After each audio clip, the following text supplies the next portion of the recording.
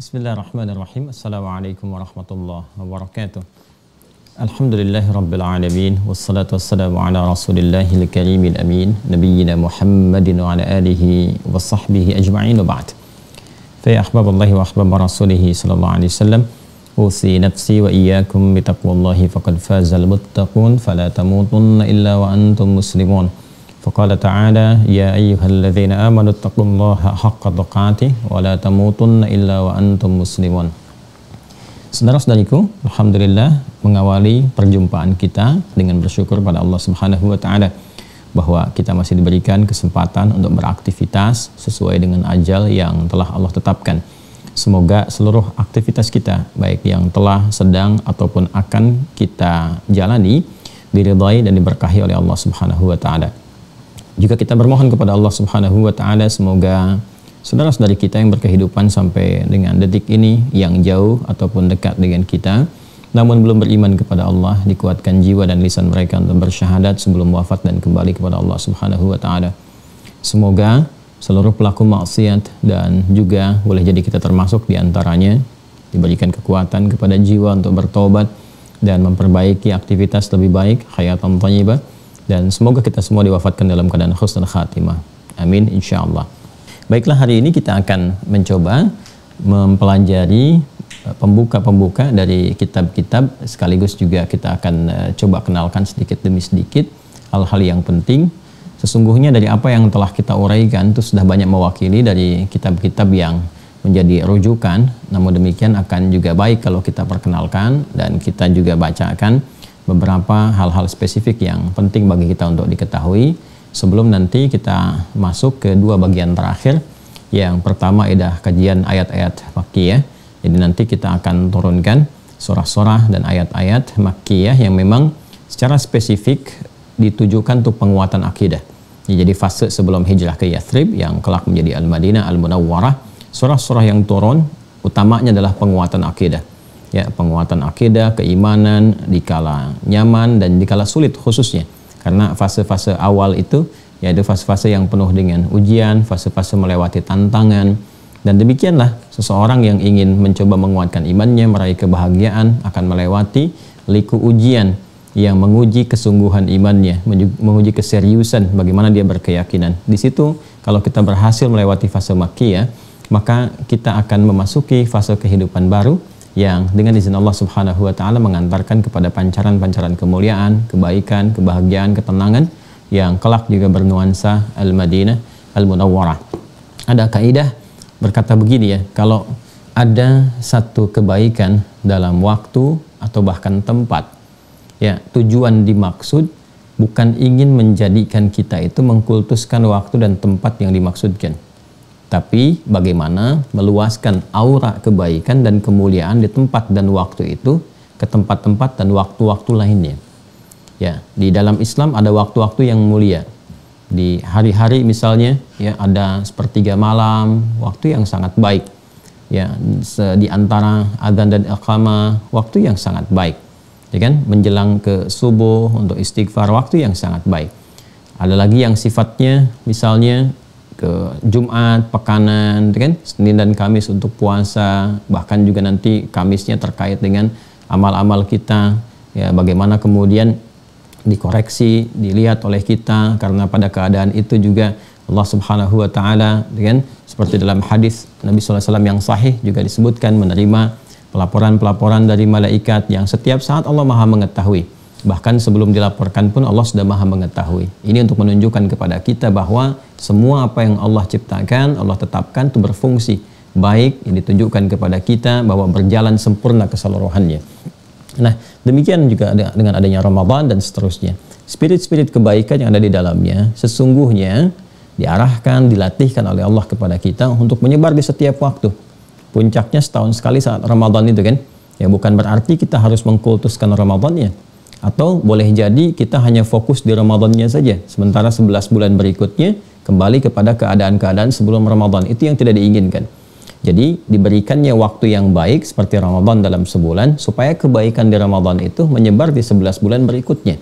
Kan? Likai tasyi'a, supaya menyebar gitu kan, khairatuha kebaikan-kebaikan yang ada di waktu-waktu yang mulia itu, baik Ramadan ataupun yang lainnya, fi baqiyatil awqat, di sisa-sisa waktu-waktu yang lainnya. Jadi jangan sampai saat Ramadan rajin baca Al-Quran, saat Ramadan rajin berbagi, saat Ramadan rajin qiyam malam, ya, tapi latihan di waktu itu tidak kemudian diterapkan di sisa waktunya. Orang yang biasa makan kerupuk 30 hari, maka hari berikutnya ketika kerupuknya tidak ada, dia akan gelisah dan bertanya, mana kerupuknya, kan? Dan seharusnya pasca Ramadan itu membentuk kebiasaan, kekuatan, kebaikan. Itu diantara filosofinya. Demikian juga tempat. Jangan sampai saat di Mekah misalnya kan, rajin, bagus, semangat. Memang spiritnya berbeda. Motivasinya tidak sama. Tapi hikmahnya, ya ini yang paling penting yang kita pelajari. Hikmahnya adalah, itu tempat untuk melatih diri kita, untuk mendekat kepada Allah. Sehingga saat kembali dari situ, suasana itu terbawa, auranya nampak. Makanya orang kalau awal-awal pulang dari Mekah kan, dari Madinah kan terasa tuh, ya, ke masjidnya, ibadahnya itu yang dipertahankan, dilatih. Kebiasaan yang dibangun selama di Mekah, di Madinah itu dibawa, dipraktekkan kembali sehingga semua aura kebaikannya melekat dalam kehidupan kita. Itu konsepnya seperti itu. Ya, gambarannya demikian. Karena itulah terkait juga dengan akidah, teman-teman sekalian. Nah, ini penting bagi kita untuk mengaji, untuk melihat ya bagaimana perjalanan itu diberikan kepada kita, terutama dari aspek-aspek sejarah yang bisa digali. Ya, seperti kita pelajari fase-fase Makkiyah. Nabi SAW sebelum hijrah ke Yathrib, ke Al-Madinah Al-Munawwarah, maka semua nilai-nilai, kesan-kesan, wahyu-wahyu yang diturunkan pada saat itu memberikan gambaran kepada kita tentang miniatur praktek keimanan yang akan kita lalui. Walaupun berbeda ruang, berbeda tempat, berbeda keadaan. Ya, kan generasinya sudah berganti. Mungkin keadaannya tidak sama, tapi substansinya serupa. Setiap orang akan beriman akan melewati ujian, dari ujian yang ringan sampai mungkin ujian yang menggoncang kepada jiwa. Ya, sekarang kita dihadapkan pada tantangan-tantangan ujian, mungkin di masa Nabi SAW bentuknya tidak seperti ini. Ya, tapi substansinya serupa. Kalau dulu kan disoal, ya kan, baik dengan syair-syair, ya baik dengan tuduhan-tuduhan dan sebagainya. Kekinian mungkin perangkatnya berbeda, tapi substansinya serupa. Ya, pendangkalan-pendangkalan akidah, kemudian ujian-ujian pemikiran dan sebagainya. Nah, itu harus dijawab, diselesaikan. Dan tuntas itu dengan bimbingan-bimbingan wahyu sebetulnya. Sudah selesai. Jadi kalau kita keluarkan surah-surahnya, yang menariknya sesungguhnya ayat-ayat dan surah-surahnya sudah banyak itu dihafalkan.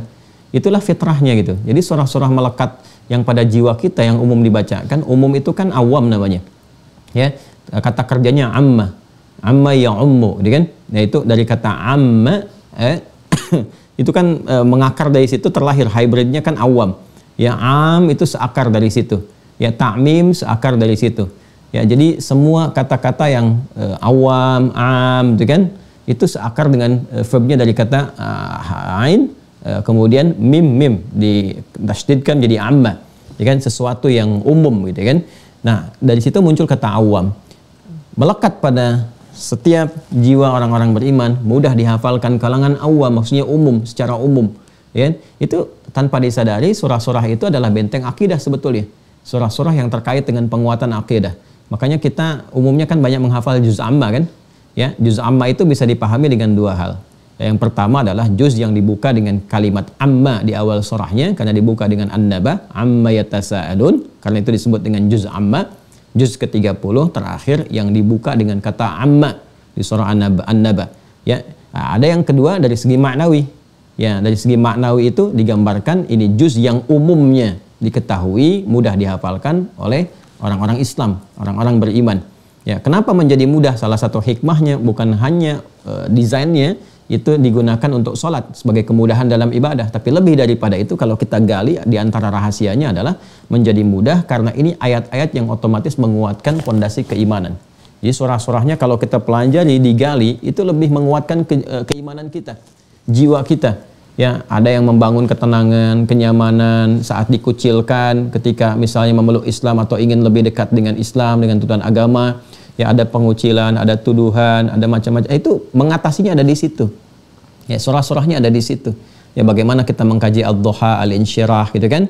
Dari gangguan-gangguan yang sifatnya bahkan ada gangguan spiritual, yang sifatnya magic dan seterusnya, gitu kan.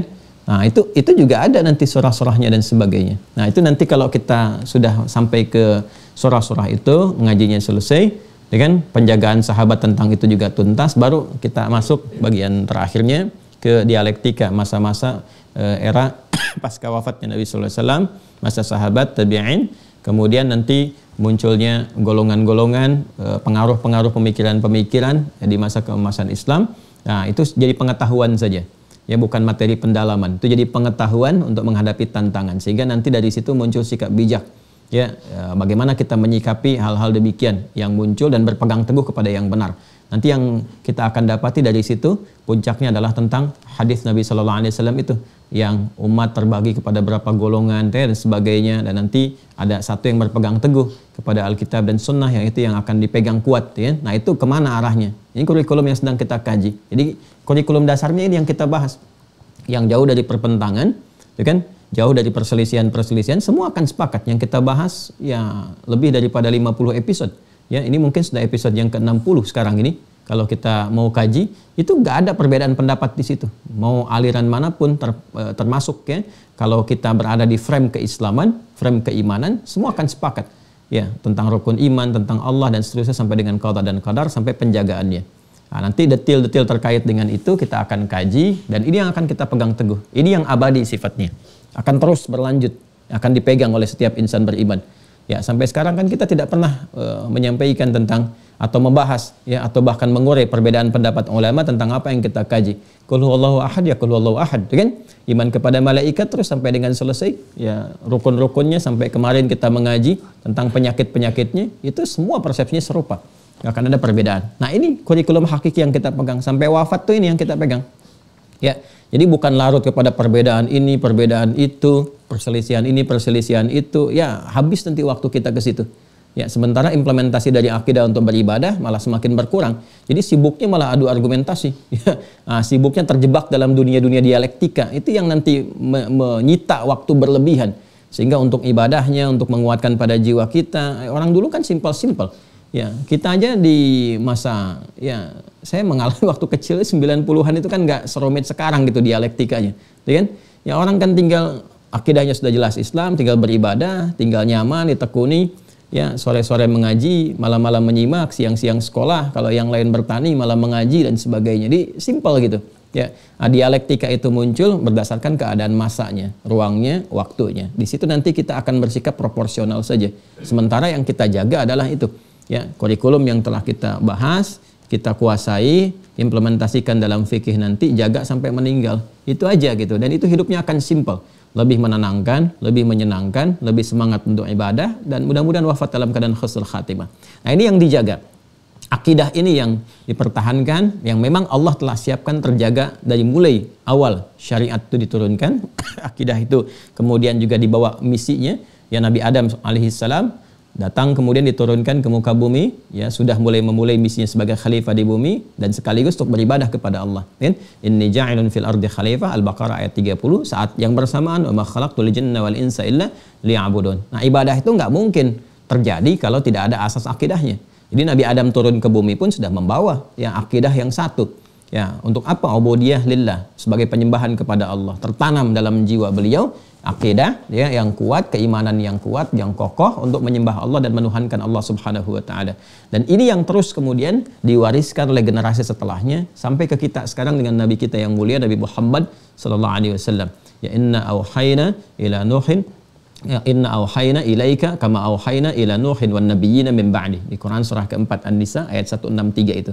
Ya, walaupun rasul pertama itu Nabi Nuh kemudian bertugas, ya, terus risalah yang dibawa sampai Nabi Muhammad itu serupa akidahnya. Di Quran surah keempat An-Nisa ayat 163 seperti yang kita sampaikan di pertemuan yang lalu. Inna auhayna ilaik. Ya Muhammad sallallahu alaihi wasallam, aku tegaskan dengan segala keagunganku, kata Allah, sungguh apa yang diwahyukan kepadamu itu, ya, kau wahyukan kepadamu itu serupa. Kama auhayna ila Nuhin, seperti yang kami berikan, ya, kepada Nuh alaihissalam. Artinya serupa. Akidahnya sama, ya, membawa nilai-nilai keislaman. Nah, walaupun nanti praktek keislamannya, syariat yang dibawanya itu sesuai dengan era atau keadaan dan kondisi masyarakat yang disampaikan risalah kepada mereka. Tapi pokoknya semua sama, yaitu Islam. Ya, dari Nabi Nuh sebagai rasul kepada masyarakat sampai ke Nabi Muhammad sallallahu alaihi wasallam. Tarik ke atas ke Nabi Adam karena beliau belum jadi rasul, ya, atau bukan rasul karena belum ada masyarakatnya pada saat itu, nabi, maka itu pondasi benih yang pertama dibawa oleh Nabi Adam. Diteruskan kemudian risalahnya oleh Nabi Nuh sampai Nabi Muhammad SAW sampai kehidupan berakhir. Nah, sekarang kita akan coba dalami, ya, membaca beberapa kitab. Pertanyaannya, kenapa akidah itu mesti satu? Ya, sedangkan syariat yang mengarahkan kepada akidah itu dibuat fleksibel sesuai dengan keadaan umatnya. Ya, umatnya Nabi Musa nanti keadaannya berbeda dengan Nabi Ibrahim. Jauh sebelumnya, umat Nabi Ibrahim berbeda dengan Nabi Nuh alaihissalam. Syariat yang diberikan, gambaran-gambaran dalam beribadah kepada Allah, walaupun pokoknya sama, seperti pokoknya sholat misalnya, tapi jumlahnya kan antara umat Nabi Muhammad dengan Nabi Musa alaihissalam kan berbeda jumlahnya. Dengan Nabi Isa caranya tidak sesempurna sekarang, ada sujudnya, ada rukuknya dan sebagainya. Nah, itu semua cara-cara beribadah itu disesuaikan dengan keadaan umat, tapi menuju pada pokok yang sama, yaitu akidah yang serupa. Nanti dari mulai ajaran Nabi Adam, Nabi Nuh sampai ke Nabi Isa diakumulasikan kesempurnaannya, digabungkan semuanya, lalu disempurnakan pada risalahnya Nabi Muhammad SAW.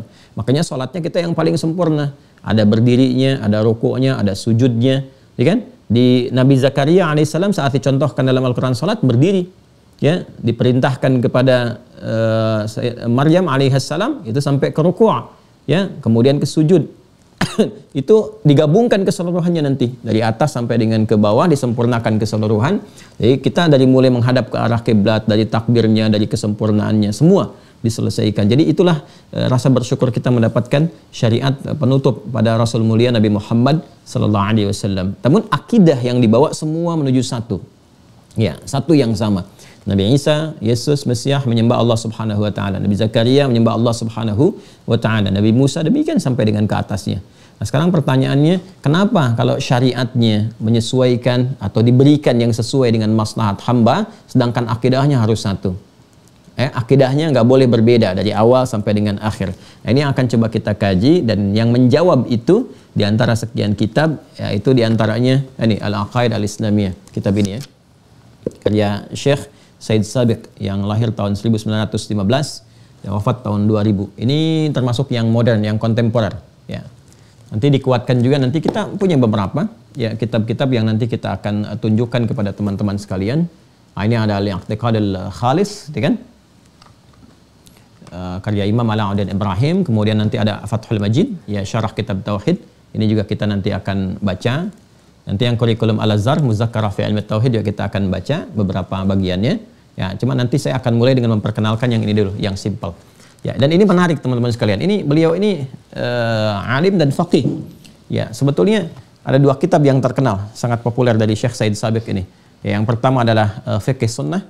Nah, Fiqh Sunnah ini sudah banyak diterjemahkan. Ya, bahkan nanti mendapati komentar-komentar dan munculnya kitab-kitab yang juga mengisi. Ya, atau ada yang kemudian menyebutnya menyempurnakan, atau ada yang menyebutnya kemudian menghadirkan penguat-penguat dari situ gitu. Jadi ini menarik. Apa yang ditulis oleh beliau menarik ulama-ulama lain untuk menulis juga, dan dengan judul-judul yang serupa. Ya, misalnya Fikih Sunnah, nanti ada Syekh Muhammad Nasruddin Al-Albani itu menulis nanti Tamamul Minnah. Ya, fit Ta'liq ada Fikih Sunnah. Nah, nanti ada lagi misalnya Abu Malik Said Kamal itu menulis Sahih Fikih Sunnah.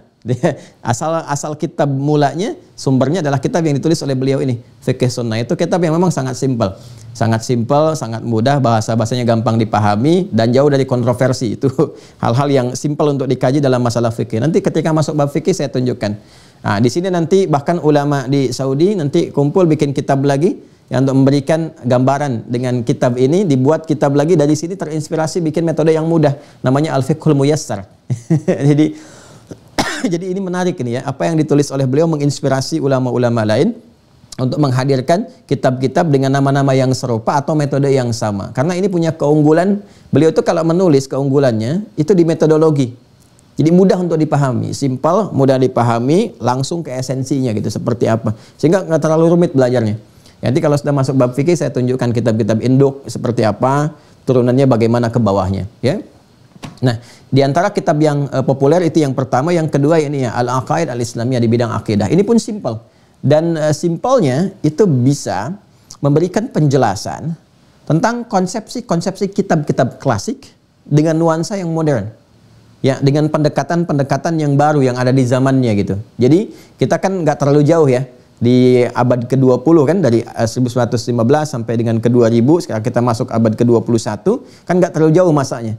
Jadi isu-isu yang ditampilkan, kemudian kalimat-kalimat yang dibangun, ya kosakatanya, diksinya, itu mudah dipahami oleh era sekarang karena masanya nggak terlalu jauh, ya kan?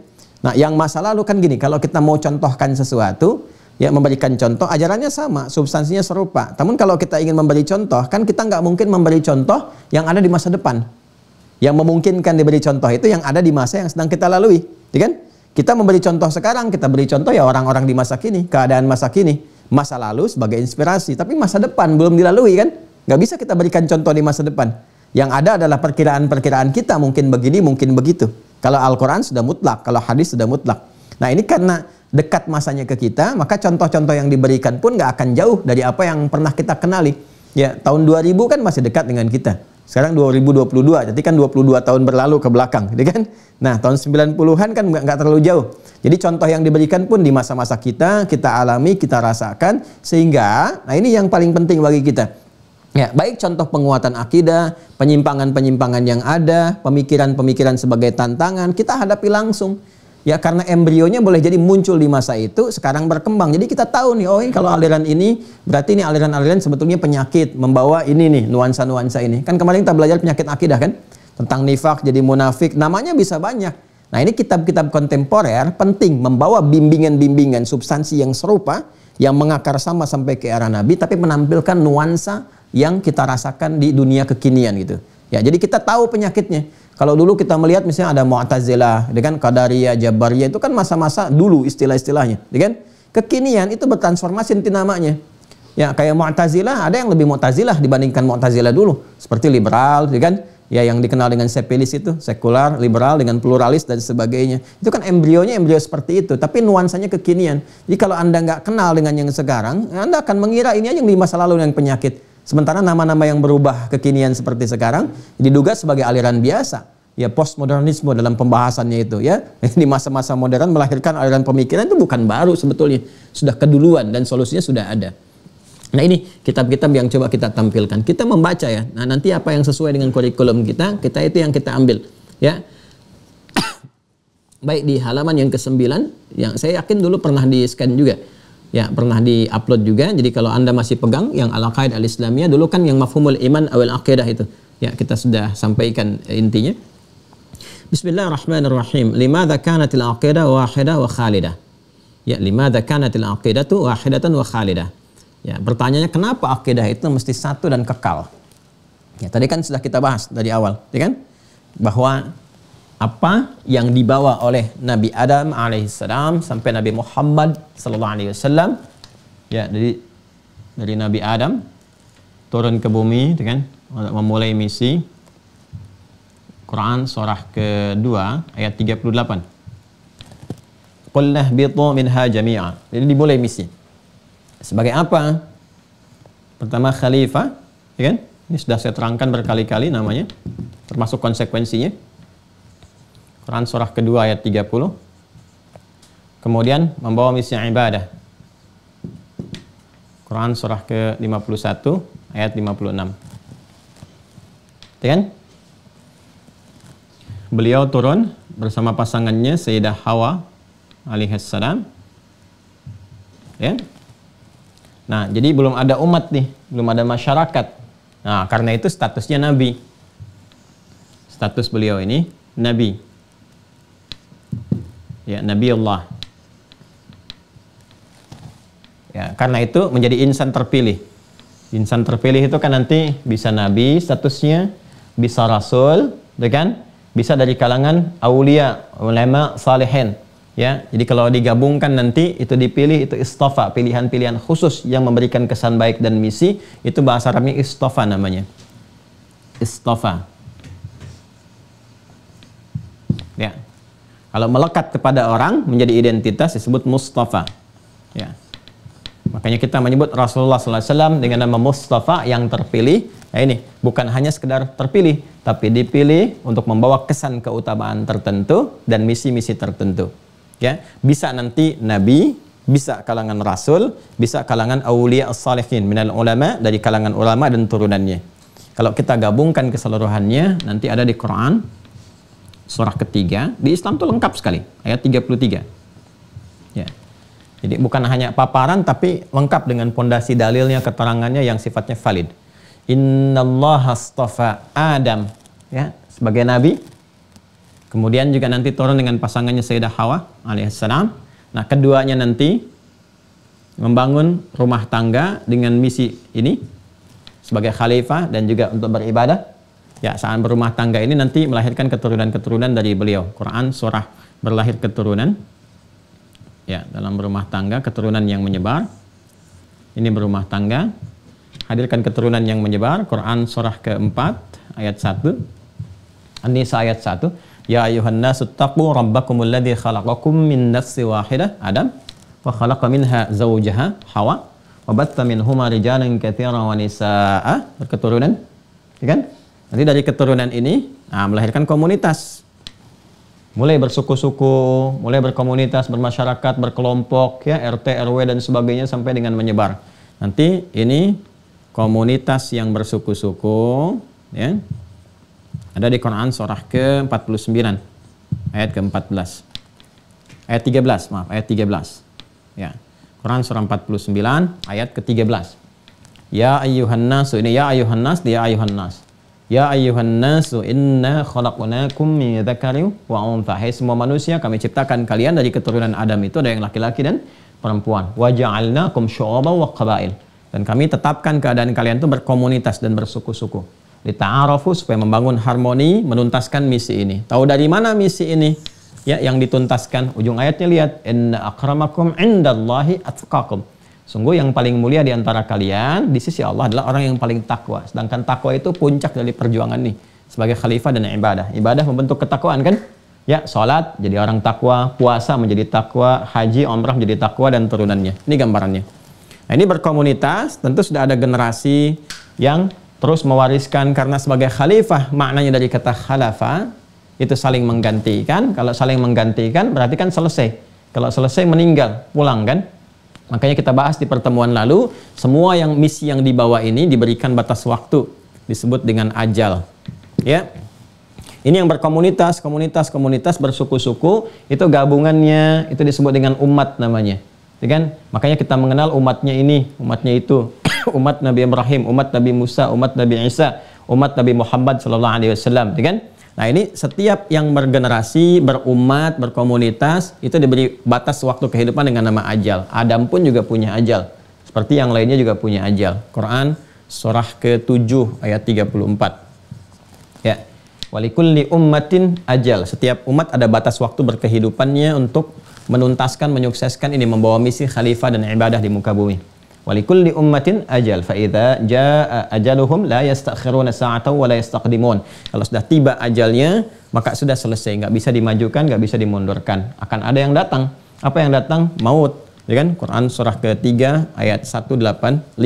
Kullu nafsin dha'iqatul maut. Dan nanti tugasnya sudah saya sampaikan saat membahas tentang simpul kedua tentang malaikat, malakul maut, ya. Yang Quran surah 32 ayat 11. Qul yatawaffakum malakul mautil ladzi wukila bikum, dan turunannya. Artinya Adam selesai, muncul nanti generasi baru yang sudah berkomunitas. Ya. Karena sudah ada komunitasnya, ada masyarakatnya. Nah, teman-teman sekalian, di sini maka tugas yang dipilih itu oleh Allah ya sudah harus menyampaikan bimbingan risalahnya bukan hanya kepada pribadinya. Kalau pribadi masih nabi ini. Ya, untuk Adam dan keluarga terdekat masih nabi. Tapi kalau sudah ada komunitas, masyarakat, dakwahnya, bimbingan sudah meluas, maka menjadi rasul. Jadi kalau ini Nabi Allah, kalau ke sini nanti sudah Rasulullah. Ya. Statusnya untuk pribadinya sebagai Nabi, ya, kemudian berdakwah ke masyarakat sebagai Rasul. Jadi Nabi dan Rasul ini sudah dua. Ya, perbaiki pribadi sebagai Nabi, kemudian mengajar, membimbing masyarakat sebagai Rasul. Maka di sini dikenal komunitas pertama yang sudah meluas, itu kan, dibimbing. Maka Rasul pertama dikenal dengan Nabi Nuh alaihissalam. Ya, terus ini sampai ke Nabi Muhammad SAW, Rasul yang terakhir, Nabi yang terakhir, yang paling sempurna membawa risalah. Karena setiap generasi ini nanti ini terus ya akan mendatangkan nabi baru yang mengakumulasikan tugas-tugas sebelumnya. Jadi Nabi Nuh ini meneruskan risalah Nabi Adam terus. Ya, nanti wafat Nabi Nuh kan ini berkembang lagi banyak nih. Ya, nanti ada nabi yang lainnya lagi, Rasul mengonfirmasi risalah Nabi Nuh. ya disempurnakan di eranya. Kan ini setiap era berkembang. Ya, zaman ini ada A, zaman ini sudah ada B. Ya, kita kan di 10-20 tahun ke belakang sudah melihat perbedaannya. Ya, sekarang sudah masa digital. Kemarin-kemarin belum seperti itu. Handphonenya juga berbeda dan sebagainya gitu kan. Apalagi kalau kita mau tarik ke misi risalah seperti ini. Jadi terus ini ya mengalami perubahan-perubahan keadaan, tapi misi yang dibawa tidak akan berubah, tetap ini. Ya, tetap ini. Jadi teman-teman sekalian, ini yang dimaksudkan tadi istafa dari kalangan Nabi, innallaha astafa Adam wa Nuha. Ya, nanti pindah generasi, ada lagi yang lain, wa ala Ibrahim. Itu masih Nabi dan Rasul. Wa ala Imran sudah ke aulia, ya kan? Salihin minal ulama, dan di dalamnya juga nanti melahirkan nabi lagi, rasul lagi seperti Isa alaihim. Ya alal alamin. Ya seperti Isa alaihi salam dan turunan-turunan yang lainnya. Jadi ini yang ingin saya gambarkan. Semua gambaran ini, ya, perjalanan ini itu membawa misi yang sama ini. Tuh. Untuk menuhankan Allah, mengesakan Allah, gitu kan? Dan menerjemahkan semua fungsi ibadah, menuhankan, mengesakan itu kemana? Ini dalam tugas-tugas keduniaan. Nah, sedangkan ibadah itu pondasinya akidah. Nggak mungkin bisa ibadah kalau nggak ada akidah. Ya kita mau nyembah siapa? Kalau nggak ada dasar kekuatan untuk penyembahannya, keimanannya nggak ada. Ya ibadah itu baru bisa terjadi kalau kita sudah menuhankan. Ya, kalau kita sudah berketuhanan, ada Tuhannya, ada cara menyembahnya, ya kan? Karena itu dasar ibadah itu pokoknya akidah. Nah, ya, ini pokoknya. Awas, ini penting sekali ya, konsepsi ini yang ingin saya terangkan. Ini pokoknya akidah. Ada akidah, baru ada ibadah. Nggak mungkin nggak ada akidah. Ya tiba-tiba ibadah itu nggak mungkin. Apa yang disembah, ya kan? Apa yang dituhankan, mesti ada dulu ini pokoknya. Ya, karena itu perintah untuk ibadah ini, kan ini kata kerja dari kata abada, ya kan? Abada yang abudu. Ya, orang yang melakukan disebut abdun, jamaknya disebut dengan ibad, ya kan? Perintah kepada abdun, kepada ibad untuk ibadah disebut dengan u'bud, ya, atau abudu, ya beribadahlah, sembahlah dan seterusnya. Ini abadah. Ya kan? Ini orangnya abdun, jamaknya ibad, a'bud. Ini yang disembahnya al-ma'bud, al-ma'budul haq, ya kan? Al-ma'bud al-haq. Baik, ini dasarnya. Nggak mungkin ibadah kalau nggak ada yang disembah, harus ada yang disembah dulu. Karena itu Allah ketika mengenalkan dirinya sebagai Tuhan, sebagai al-ma'bud al-haq, mengenalkan dulu saya yang disembah yang sesungguhnya. Quran surah ke-20 itu Thaha. Ini mahal sekali nih ya. Ini kaitan dengan fungsi jiwa kita sampai kembali kepada Allah. Quran surah 20 ayat 14. Innani anallah, kata Allah, sayalah Allah. Ya, la ilaha illa ana, enggak ada Tuhan yang hak kecuali saya. Pede sekali. Karena memang harus pede, fitrah ketuhanan jelas, ya. Innani anallah, sungguh sayalah Allah, saya tegaskan saya Allah, kata Allah. La ilaha illa ana, enggak ada Tuhan selain saya. Ini al-ma'budul haq. Baru setelah itu ada ibadah, diperintahkan. Perintahnya u'bud, fa'budni. Tuh, jelas kan? Fa'budni. Setelah ada akidah, baru ada ibadah. Fa'budni. Sembah saya. Bertanya bagaimana cara menyembahnya? Wa aqimis sholata li dzikri. Ya, buktikan, implementasikan lewat salat. Ya, untuk menunjukkan kalian ingat, kalian menuhankan aku, kan? Kalian terhubung kepadaku. Itu. Jadi ada akidah, ada ibadah, nanti implementasinya apa ibadahnya jenisnya? Bagaimana aturannya? Di kita dikenal dengan salat. Makanya sholat masuk dalam kategori apa? Ibadah. Sebagai implementasi apa? Akidah. Nanti fungsi dari sholat dibawa untuk berkehidupan. Jadi itu praktek latihan untuk terhubung kepada Allah. Saat konektivitas itu ada, pesan-pesan dari sholat itu diterjemahkan dalam perilaku. Makanya tanha anil fakhsya'i wal munkar. Itu fungsi apa? Khalifah. Ini nyambung semua, ya kan? Nah, jadi yang dibawa ini semua, teman-teman sekalian, akidah dalam rangka menyembah, memakmurkan ini dan seterusnya, yaitu diterapkan di setiap generasi dan diminta semua patuh, ya. Jadi ini bentuk kepatuhan. Kalau sudah akidah itu sifatnya mesti patuh, sami'na wa ata'na, ya, patuh, tunduk dan seterusnya. Bagaimana cara melakukannya? Nanti Allah memberikan jalan-jalan sesuai dengan keadaan umatnya. Gak mungkin disamakan umat Nabi Muhammad dengan umatnya Nabi Musa alaihissalam. Keadaannya berbeda, secara fisik berbeda, tantangannya tidak sama, kegiatannya tidak serupa. Zaman Nabi Musa belum ada Google, belum ada media sosial, belum ada macam-macam, nggak ada kereta api, nggak ada pesawat dan seterusnya. Ya, jadi keadaannya tidak sama, kan? Tapi akumulasi keadaan di masa lalu itu akan menyempurnakan, menggabungkan satu dengan yang lainnya, dan indahnya nanti diturunkan syariat yang menyempurnakan, mengcover semua itu di eranya Nabi Muhammad SAW sampai kehidupan berakhir. Nah, cara memberikan jalan untuk mengoptimalkan itu disebut dengan syariat. Jadi syariatnya bisa berbeda. Di zaman Nabi Musa, Nabi Isa, sampai ke Nabi Muhammad SAW, kita tarik garis yang nggak terlalu jauh gitu kan ke atasnya. Walaupun ada kemiripan-kemiripan kasus, penanganannya bisa berbeda sesuai dengan keadaan umat. Tapi semua mengakar pada akidah yang sama. Ya, prinsipnya harus apa? Akidah ini harus patuh, harus taat. Ya kalau nggak patuh, bagaimana bisa disebut dengan akidah? Akidah itu kan mesti dipatuhi, mengakar pada jiwa, gitu kan? Mengikuti apa yang diinginkan al-ma'budul haq, ya, oleh Tuhan yang satu, satu-satunya Tuhan, Allah. Ya Allah. Ya, kalau sudah ada Allah, sudah jelas Tuhannya umat Islam. Ya, jadi jangan sampai nanti ada satu kalimat-kalimat yang mengesankan bahwa Allah itu nama umum. Bukan, Allah itu nama Tuhan bagi umat Islam.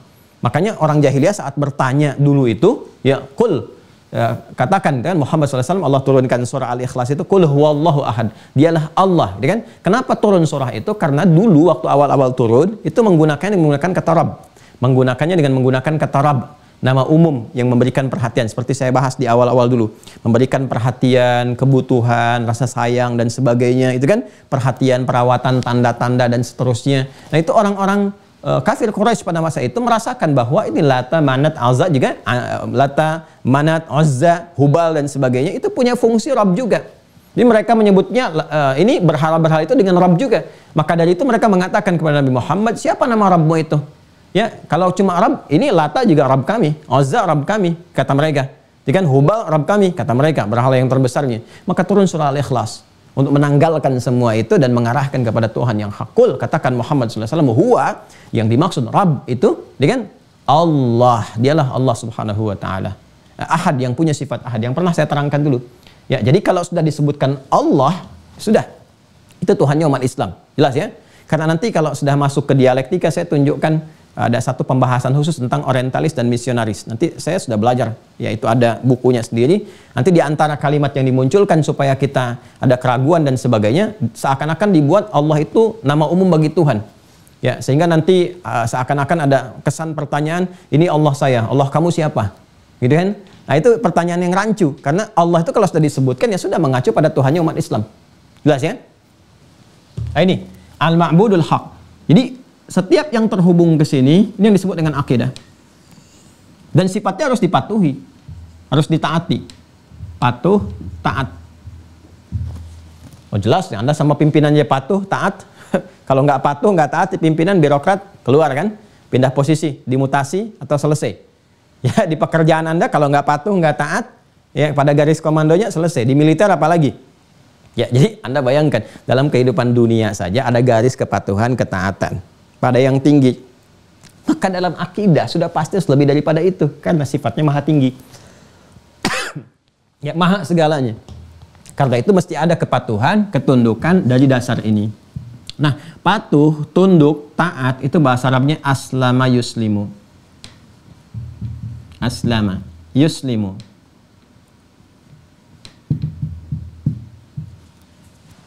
Ya. Orangnya disebut muslim. Orangnya muslim. Ini orangnya. Jadi orang yang taat, yang patuh kepada Allah, kan?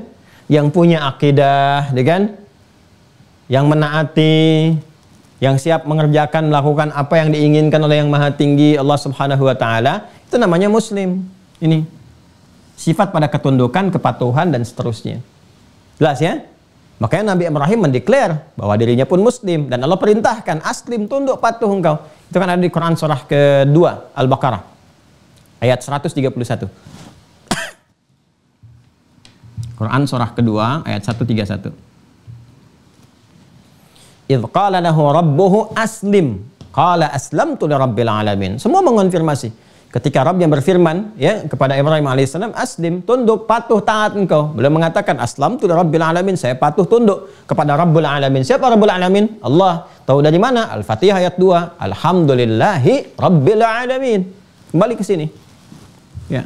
Jadi semua mengonfirmasi. Nabi Musa mengonfirmasi Tuhannya Allah, Isa alaihissalam mengonfirmasi Tuhannya Allah, gitu kan? Dan seterusnya. Ini Muslim. Sekarang kan kita balik bertanya, bagaimana cara menaatimu ya Allah? Seperti apa gambarannya, gitu kan? Seperti apa frame-nya?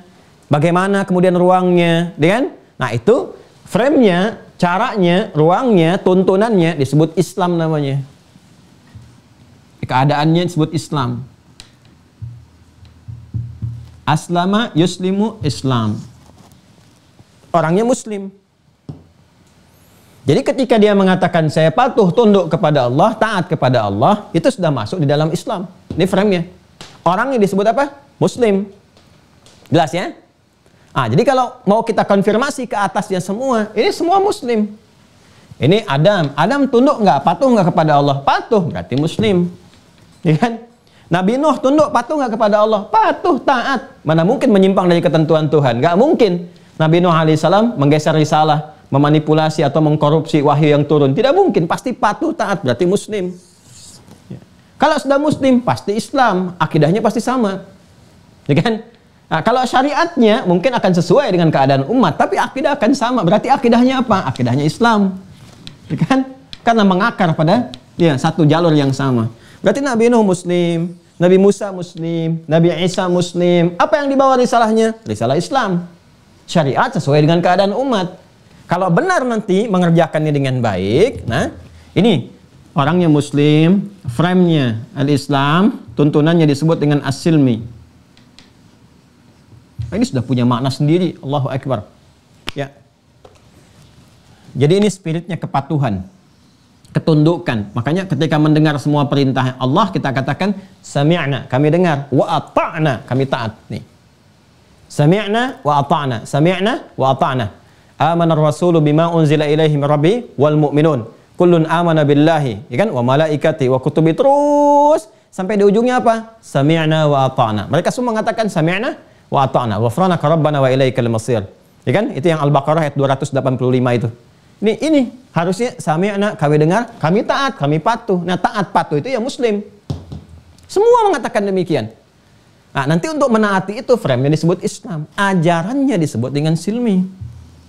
Makanya kalau orang sudah Islam, sudah Muslim, artinya dia yakin dengan Allah kan? Ini. Ya, keyakinan itu disebut dengan iman. Iman itu nama lainnya apa? Akidah ke sini. Orang yang sudah yakin kepada Allah, jadi patuhnya bukan kepada lain. Ya, patuhnya bukan kepada yang lain, tapi kepada Allah. Taatnya kepada Allah. Kepatuhan, ketaatan, keyakinan yang tinggi kepada Allah untuk dipatuhi, ditaati, itu disebut iman namanya. Ya, kata kerjanya disebut amana. Amana. Jamaknya disebut amanu. Ya, karena itu di Al-Baqarah, Quran surah kedua, ayat 285, dikonfirmasi ini yang ini tadi. Nih, perjalanan para rasul itu. Untuk menunjukkan bahwa iman mereka itu kepada Allah, bukan kepada lain. Ya, amanar rasulu bima unzila ilaihi mir rabbih wal mu'minun. Semua rasul itu yakin, beriman, pakai kata amanah terhadap apa yang diwahyukan kepada mereka. Termasuk orang-orang beriman yang mengikutinya. Kalau sudah amanah dari kata iman, pemilik iman. Iman itu kan ikatannya disebut dengan apa? Akidah. Ya. Makanya panggilan bagi orang yang sudah beriman, ya, dan siap tunduk patuh kepada Allah, Muslim, dan mengikrarkan dia beriman, panggilannya bentuknya amanu sebagai bentuk jamak. Karena itu di Al-Quran kita temukan panggilan-panggilan iman. Ya ayyuhalladzina amanu, ya ayyuhalladzina amanu, ya ayyuhalladzina amanu, kutiba alaikumussyam, ya ayyuhalladzina amanu, aufu bil uqud. Jadi kalau dipanggil ya ayyuhalladzina amanu, disentuh dua sekaligus. Satu, iman, konfirmasi akidahnya. Kedua, konsekuensi kepatuhannya. Makanya kalau ada ayat turun ya ayyuhalladzina amanu, sahabat langsung mengatakan sami'na wa ata'na. Dari sini bentuk kepatuhan, ketaatan. Nah, apa yang diperintahkan isi dari Islam itu disebut dengan silmi. Makanya nanti setelah ya ayyuhalladzina amanu, kita diminta untuk masuk ke sini mengerjakan ini semua. Ya, semampu kita secara menyeluruh, jangan sebagian-sebagian. Ya, beriman di masjid, di luar di masjid tidak beriman lagi. Saat sholat beriman, setelah sholat gak beriman lagi. Tidak, mesti menyeluruh. Sesuatu yang menyeluruh, komprehensif, semampu kita disebut kafah namanya. Kafah. Ya. Karena itu dijelaskan di Quran surah kedua, ayat 208. Kan? Ya ayyuhalladzina amanu udkhulu fis-silmi kafah. Hei orang-orang telah menyatakan beriman kepada Allah Subhanahu wa taala, buktikan komitmen imanmu. Sami'na wa ata'na, siap ya Allah, muslim. Jadi kalau sudah muslim, sami'na wa ata'na, sami'na wa ata'na. Ya. Buktikan keimanannya. Lewat apa ya Allah? Ini kerjakan. Perintah, jauhi larangan. Udkhulu fis-silmi, bukan fil Islam, karena kalau Islam sudah otomatis dengan beriman itu sudah di Islam. Ajaran tuntunan disebut silmi. Nanti kalau dikerjakan, Allah turunkan manfaatnya begini, berkahnya di sini, dijelaskan di akhirat akan dapat begini, begini dan sebagainya. Nah, semua akumulasi itu, pemberian-pemberian itu yang memberikan ketenangan, kenyamanan, kebahagiaan, kemudahan, akses, kedamaian sampai dengan akhirat disebut salam namanya. Salam. Ini semua terkait nih. Coba lihat, salam, silmi, Islam, semua terkait. Karena dari akar kata yang sama. Tuh. Ya, makanya semua nabi mengonfirmasi. Yuk, jangan jauh-jauh, tarik deh. Nabi Muhammad kan yang paling dekat ke Nabi Isa kan? Sekitar kurang lebih 600 tahun. Nabi Isa mengonfirmasi, wassalamun alayya. Ya, wassalamu alayya pakai alif lam. Assalamu alayya. Ya, yauma wulidtu wa yauma amutu wa yauma ub'atsu hayya. Itu ada di Quran surah ke-19 Maryam. Ayat 33. Ya. Kalau mau dikonfirmasi sampai ibadahnya dari ayat 31. Ya. Kan tadi kita konfirmasi kan, Nabi Musa kan sholat kan bentuk ibadahnya. Yang Quran surah Toha itu, surah 20 ayat ke-14 tadi saya katakan. Ya. Ketika dikonfirmasi ini, innani anallah la ilaha illa ana ma'budul haq akidah fa'budni ibadah. Cara ibadahnya sholat, wa aqimis sholata li dzikri. Nabi Musa sholat. Nabi Isa baca dari ayat 31 Quran surah 19 Maryam. Ya, wa ja'alani mubarakan aina ma kuntu wa usani bis shalah waz zakah. Jadi beliau pun sholat, beliau menyembah juga karena nabi rasul bukan Tuhan, ya kan? Beliau sholat juga, beliau zakat juga sampai ujungnya apa? Wassalamu alayya, salam. Kalau mengatakan salam berarti apa? Berarti muslim. Berarti Islam. Berarti mengerjakan tuntunan. Silminya apa? Sholat, kata beliau saya sholat. Ya. Saya zakat, kata beliau.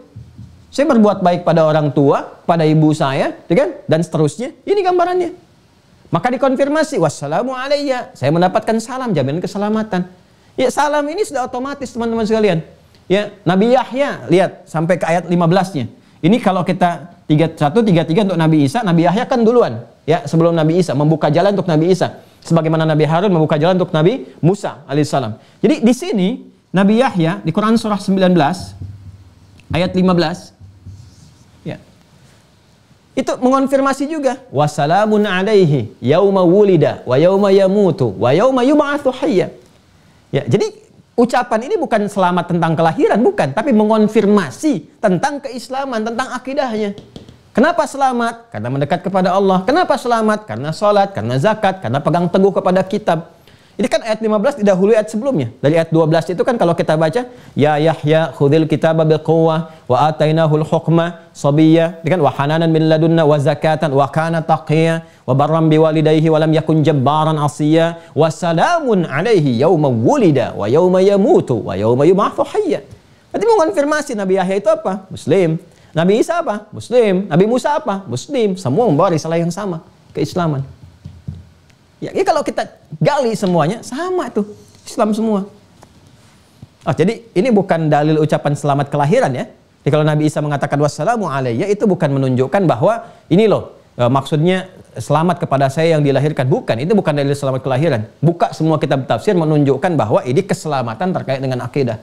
Maka Allah menjamin keselamatan untuk saya, kenyamanan, kebahagiaan, ketentraman saat saya terlahir ini, ya kan? Kemudian saat saya apa lagi? Ya, saat saya mengalami kehidupan, kemudian akan wafat sampai dengan di akhirat nanti. Itu bukan perkataan selamat untuk kelahiran, bukan, tapi jaminan keselamatan karena menganut akidah yang benar, beribadah secara benar, sebagaimana kita pun ya membiasakan mengucapkan ini untuk mengonfirmasi keislaman kita. Bukankah kita dalam sholat? Sholat kan masuk ke sini.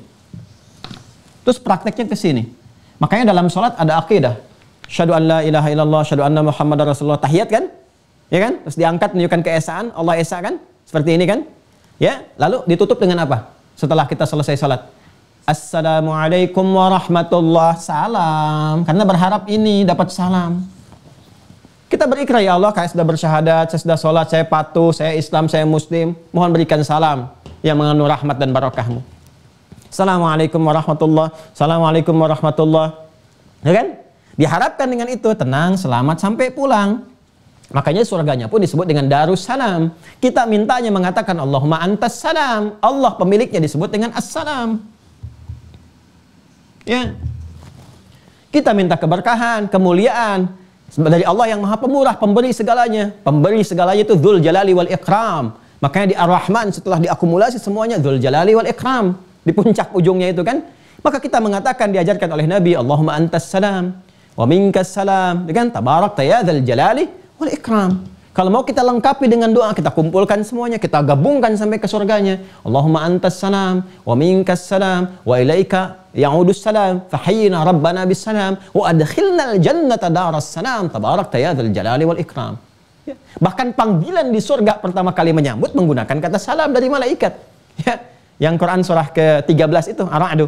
Ya kan? Ayat ke-24.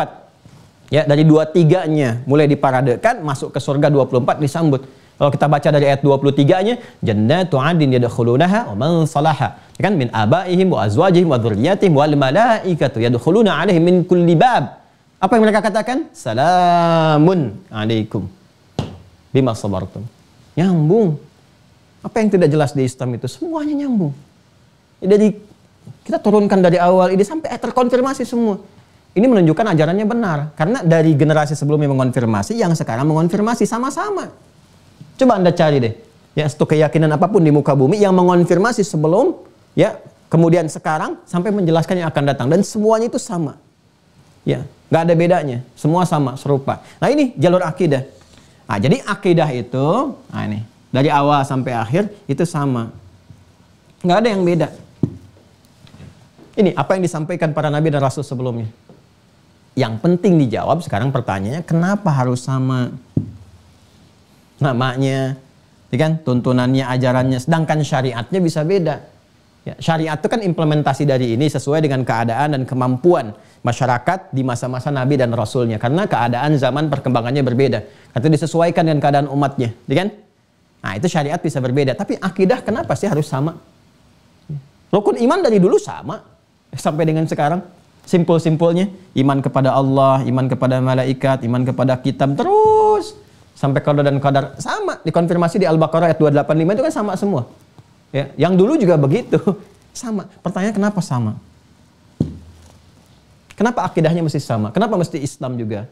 Ya, kenapa simpulnya 6 sama dijaga dari Nabi Adam sampai Nabi Muhammad sampai kita sampai kehidupan berakhir? Nah, ini yang dijawab oleh kitab ini. Jadi saya tuh mengantarkan dulu, saya bahas ini, saya antarkan baru dijawab ke sini. Ya. Ini fungsinya kenapa ini mesti abadi? Kenapa mesti Islam? Kenapa manusia sih mesti Islam? Ya, kenapa harus jadi Muslim? Tunduk, akidahnya mesti serupa di setiap zaman, melintasi ruang dan waktu yang berbeda, tapi harus sama, semua terjaga. Apa hikmahnya? Nah ini baru kita baca. Paham ya? Allahumma shalli ala sayyidina Muhammad. Mudah-mudahan paham ya. Baik, bismillahirrahmanirrahim. Wa innama ja'alallahu hadhil aqidata 'ammatan lil bashar. Dan sesungguhnya hikmah Allah menjadikan akidah ini mencakup seluruh manusia. Ya, tanpa kecuali. Jadi tadi yang saya sampaikan, semua satu akidah. Dari zaman Nabi Adam alaihissalam sampai kehidupan berakhir. Kenapa dijadikan satu? Wa khalidatan 'ala dahri, dan kekal abadi melintasi setiap zaman, ya, lima laha min al-atharil bayyin wan naf'i zahir fi hayatil afradi wal jama'at. Karena ini dia, ya, akidah ini memiliki dampak atau pengaruh yang jelas, memiliki dampak atau pengaruh yang jelas bagi kehidupan yang bermanfaat baik secara pribadi ataupun komunal. Secara singkatnya, ya memang fitrah hidup manusia itu kalau ingin maslahat ya harus akidahnya harus ini. Sesuai dengan fitrah hidup manusia, paling singkatnya begitu. Ya, fitrah hidup kita kan ini, nggak ada yang bisa bergeser dari sini. Kita hidup itu kan cuma dua. Ibadah, ya kan? Diterjemahkan dalam bentuk khalifah di muka bumi. Ini. Dua ini aja, nggak ada yang lain. Jadi tubuh kita diciptakan dengan sempurna, punya akal, ada rohnya, fisiknya diminta kuat, makan ini itu, nggak ada yang lain untuk memenuhi ini aja. Nggak ada yang ketiga, cuma di sini aja. Dua ini. Ya. Ibadah, dan ini selalu keterkaitan dengan ini, implementasinya ke sini. Ya kan? Coba lihat, kalau tidak percaya silahkan dicek. Mau memenuhi kebutuhan fisik, tetap fungsi khalifah itu ada. Memakmurkan dalam kehidupan, membawa manfaat. Makanya bangun ini, bangun itu untuk memakmurkan kan? Ya. Menghadirkan kesuksesan dalam pekerjaan, dalam aktivitas, ya kan? Terus saling menggantikan, makan supaya sehat, istri makan, saat mengandung makan supaya janinnya juga baik, ya, lahir sehat dan sebagainya. Ini fungsi khalifah di muka bumi. Membangun, saling menggantikan, menghadirkan manfaat, menyukseskan. Puncaknya ini dipakai ibadah. Untuk sholat, untuk zakat. Bagi insan beriman itu kalau kerja dapat harta supaya apa? Bisa zakat, bisa infak, bisa sedekah, bisa sholat dengan pakaian yang baik, yang wajar, bisa haji, bisa umrah. Ini nggak ada yang lain. Ya, makanya kita diciptakan pun untuk ini. Quran surah ke-51 ini ayat 56. Wa ma khalaqatul jinna wal insa illa liya'budun. Ketinggian derajat kita untuk ini, ketika memenuhi ini tinggi di hadapan Allah. Ketika bergeser rendah, serendah-rendahnya.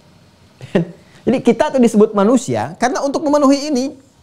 Allah menciptakan kita itu untuk ini. Karena malaikat sudah ada sebelumnya, jin sudah ada. Kita itu bashar diciptakan, manusia diciptakan untuk ini. Karena saat Allah memviralkan penciptaan manusia, inni khaliqum basyara, saya akan mencipta bashar, Quran surah 15 ayat 28, itu kan diviralkan kepada malaikat, pada jin yang sudah ada sebelumnya. Untuk fungsi ini. Manusia itu ada di esensi ini. Jadi kalau bergeser dari sini hilang. Ya, nilai kemanusiaannya di sisi Allah Subhanahu wa taala. Harus balik ke sini. Sedangkan pondasi untuk ini itu nggak ada yang lain kecuali akidah. Jadi akidah itu disiapkan untuk menguatkan ini. Jadi kalau nggak ada akidah, bagaimana bisa benar ibadah? Karena itu semua manusia dari berkehidupan awal, Adam alaihissalam sampai puncak terakhirnya akidahnya mesti sama. Karena akidah ini pondasi untuk menjalankan ibadah, pondasi untuk menjadi khalifah di bumi. Kalau ininya beda, ini nggak akan maksimal. Ya, silahkan cek. Kalau akidahnya nggak sama, ibadahnya pun nggak akan sama. Akidahnya berbeda, akidah bukan Islam, nyembahnya nggak mungkin ke Allah. Pasti beda. Ya, dan nggak akan ada satupun, ya, kecuali Islam yang membahas konsepsi akidah itu dengan terang benderang, karena konsepsinya bukan buatan manusia, langsung disiapkan oleh Allah. Lihat korelasinya tuh yang tadi saya terangkan. Sampai ke simpul iman. Di iman ada 6 simpul lagi. 6 simpul. Dan 6 simpul ini terkait dengan ini semua, dengan kehidupan kita. Tentang Allah menerangkan kepada kita, siapa yang mewajibkan kepada kita. Kita kenalin dulu, fa'alam annahu la ilaha illallah. Diterangkan sifat Allah tuh begini, ya kan? Nama-namanya begini, aspek ketuhanannya begini, perawatannya begini. Makanya nanti ada yang merumuskan itu, setiap masanya berbeda-beda. Sampai nanti yang paling kontemporer, yang paling mendekat kepada kita, nanti ada Syekhul Islam Ibnu Taimiyah misalnya. Ini yang uluhiyatnya, ilahiyat, ini yang rububiyahnya, ini asma wa sifat. Yang sebelumnya nanti ada lagi generasi-generasi lagi. Ya, Abdul Hasan Al-Asy'ari, Syekh juga, Syekhul Islam ya. Terus ke bawahnya lagi. Ya, itu menerangkan lagi nih konsepsinya. Ini yang sifat-sifat yang mudah untuk diketahui, yang pokoknya ada sekian, yang paling gampang diketahui. Ya, gambarannya nanti ada 99 ke atasnya. Yang dasar-dasarnya ini yang 20, ini kenalin yang pokoknya. Ya, bukan membatasi, tapi memberikan gambaran yang pokok, ke atasnya juga sama, semua pokok. Cuma ini kalau Anda ingin mudah memahami, nih, disimpelkan seperti ini. Jadi setiap kurikulum sesuai dengan keadaan umatnya. Tapi intinya menjelaskan tentang ini. Yang mau saya gambarkan adalah, di mana Anda bisa mendapatkan keterangan sejelas ini. Menerangkan tentang penciptanya, bagaimana sistem kehidupan itu dibuat, ditunjukkan kepada kita, tentang malaikat dijelaskan dengan lengkap. Ini malaikat yang bertugas begini, ini tugasnya. Kalau kamu merasakan ini fungsi malaikat yang ini. Kalau ada yang meninggal, ini yang nyabutnya yang ini. Diberikan tandanya di semesta. Nanti kehidupan berakhir nih, ada ruangnya begini. Yang niup sesakalanya malaikat ini. Begitu NASA meriset, persis sama. Ya. Tentang kitab dijelaskan, dari mulai awal sampai dengan akhirnya. Tentang Rasul dijelaskan. Ini Rasulnya si Fulan di masa ini. Umatnya begini, kejadian begini. Nanti di semesta membuktikan kepada kita. Sejarah melihat, oh benar nih. ada umatnya, ada kaum ada Tsamud, peninggalannya ini dan seterusnya. Jadi kalau jejaknya sampai ditemukan, dilihat oleh mata kepala kita sendiri, belum yakin juga dengan cara apa lagi diyakinkan. Lengkap semua. Jadi memang 6 simpul ini dasar kehidupan kita. Kalau simpulnya bergeser, salah ini semua. Itulah alasannya mengapa, ya secara singkatnya saya terangkan, mengapa akidah itu mesti sama. Pertama, supaya ibadahnya benar. Kalau ibadahnya salah, maka bergeser dari fitrah kehidupan yang pertama. Kalau ini ibadah sudah benar, ini akan pasti sukses. Fungsi khalifah itu kan makmur. Makmur itu manfaat, sukses, baik, pasti benar. Buktinya apa? Buktinya saat akidahnya itu diluruskan, dibenarkan di masa Nabi Muhammad, kan ada penyimpangan dari sini nih. Menyimpang, nyembahnya di Kelata, ke Uzza, ke Manat, dan sebagainya. Ya, di Romawi berbeda, Persia berbeda. Datanglah diutus Rasul terakhir penyempurna. Nabi Muhammad SAW dikembalikan lagi kepada akidah yang benar. Jalan yang benar, petunjuk yang benar. Apa yang terjadi? Jadi peradaban kan? Jadi Al-Madinah, Al-Munawwarah menyebar semua, punya peradaban di barat, di Andalusia dan seterusnya, di timur, Baghdad dan seterusnya, menyebar semuanya, sukses. Yang menarik adalah ketika ditinggalkan ini, akidah bergeser lagi. Dari Quran bergeser, dari Sunnah bergeser, dari sini bergeser, mundur lagi. Ini kenapa? Karena keluar dari fitrah. Coba kalau balik lagi semua, kaji lagi Al-Qurannya, belajari lagi, banyak yang dahsyat. Sekarang banyak perbuatan-perbuatan yang nggak bermanfaat, tapi investasi ke waktunya malah lebih banyak. Ya. Kenapa nggak kita fokuskan ke sini? Yang jelas inti kehidupan kita ada di sini. Baca Al-Quran tuh bisa 5 jam nih. Al-Quran 5 menit selesai. Shadaqallahul azim. Kadang-kadang lucu saya tuh. Mengatakan shadaqallah tapi cuma 5 menit. Shadaqallah tapi 5 menit. Sedangkan produk manusia yang bukan shadaqah itu bisa 5 jam.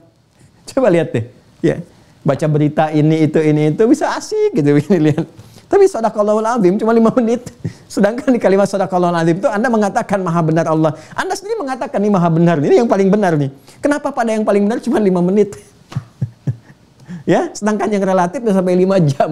Sibuk ya sampai sekolah bertingkat-tingkat dan sebagainya hanya untuk yang relatif. Ya, hanya untuk yang dunia yang ditinggalkan. Yang shadaqallahul azim 5 menit. Nah ini yang harus kita kembalikan nih. Jelas ya? Nah, jadi ini alasan logis yang pertama kenapa akidah mesti sama. Karena akidah itu adalah fitrah kehidupan yang dibawa oleh setiap manusia untuk mengimplementasikan 2 misi utama kehidupannya. Geser dari sini. Ya, tapi indahnya Allah itu kan la ikraha fid din, nggak dipaksa. Ya, tapi bawa konsekuensi pulang.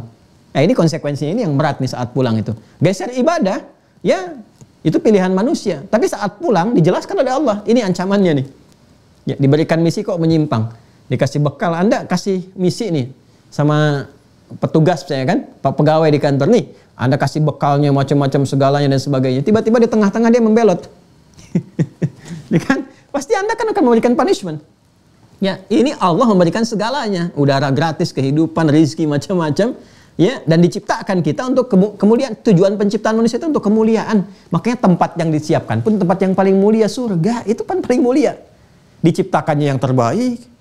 Kan saya selalu katakan, kalau Anda belum merasa yang terbaik, mainlah ke Ragunan, ke Taman Safari. Coba bandingkan. Bandingkan dengan makhluk yang sudah ada. Yang sudah ada aja, yang nggak ada kan nggak bisa kelihatan. Jin nggak bisa nampak, nggak usah dibandingkin. Pasti lebih jelek lah. Ya, karena kalau ditampakkan Anda aja nggak mau lihat gitu kan. Makanya orang-orang yang mencari-cari kehidupan jin tuh, wah itu kurang sehat itu.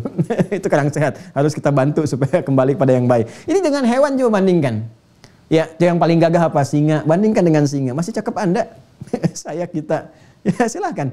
Ya sampai apa lagi si amang misalnya. Ya, babon macam-macam sampai ketumbuhan. Nggak ada yang paling sempurna kecuali manusia. Dari penciptaan, dari akal.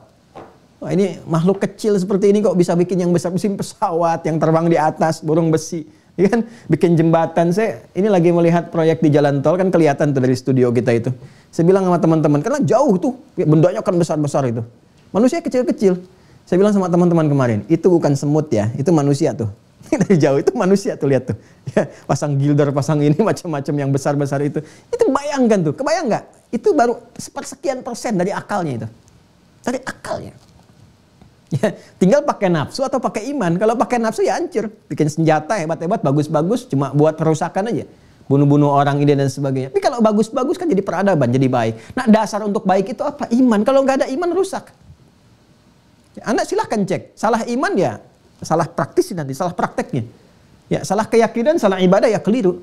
Ini yang terjadi kemudian kerusuhan di mana-mana, kan? Kalau mau diurut-urut, puncaknya ke sini salah ibadah. Yang pintar banyak, tapi kepintarannya digunakan untuk memonopoli, menjajah, ya, mengekspansi ini dan itu, baik di bidang politik, ekonomi, kehidupan militer dan silahkan cek. Tapi kalau benar kita kerjakan ini semua, baik semua. Ya, silahkan riset dalam Al-Quran. Gak ada satupun kata iman kecuali bersanding dengan kebaikan. Makanya kalau orang beriman benar, pasti baik.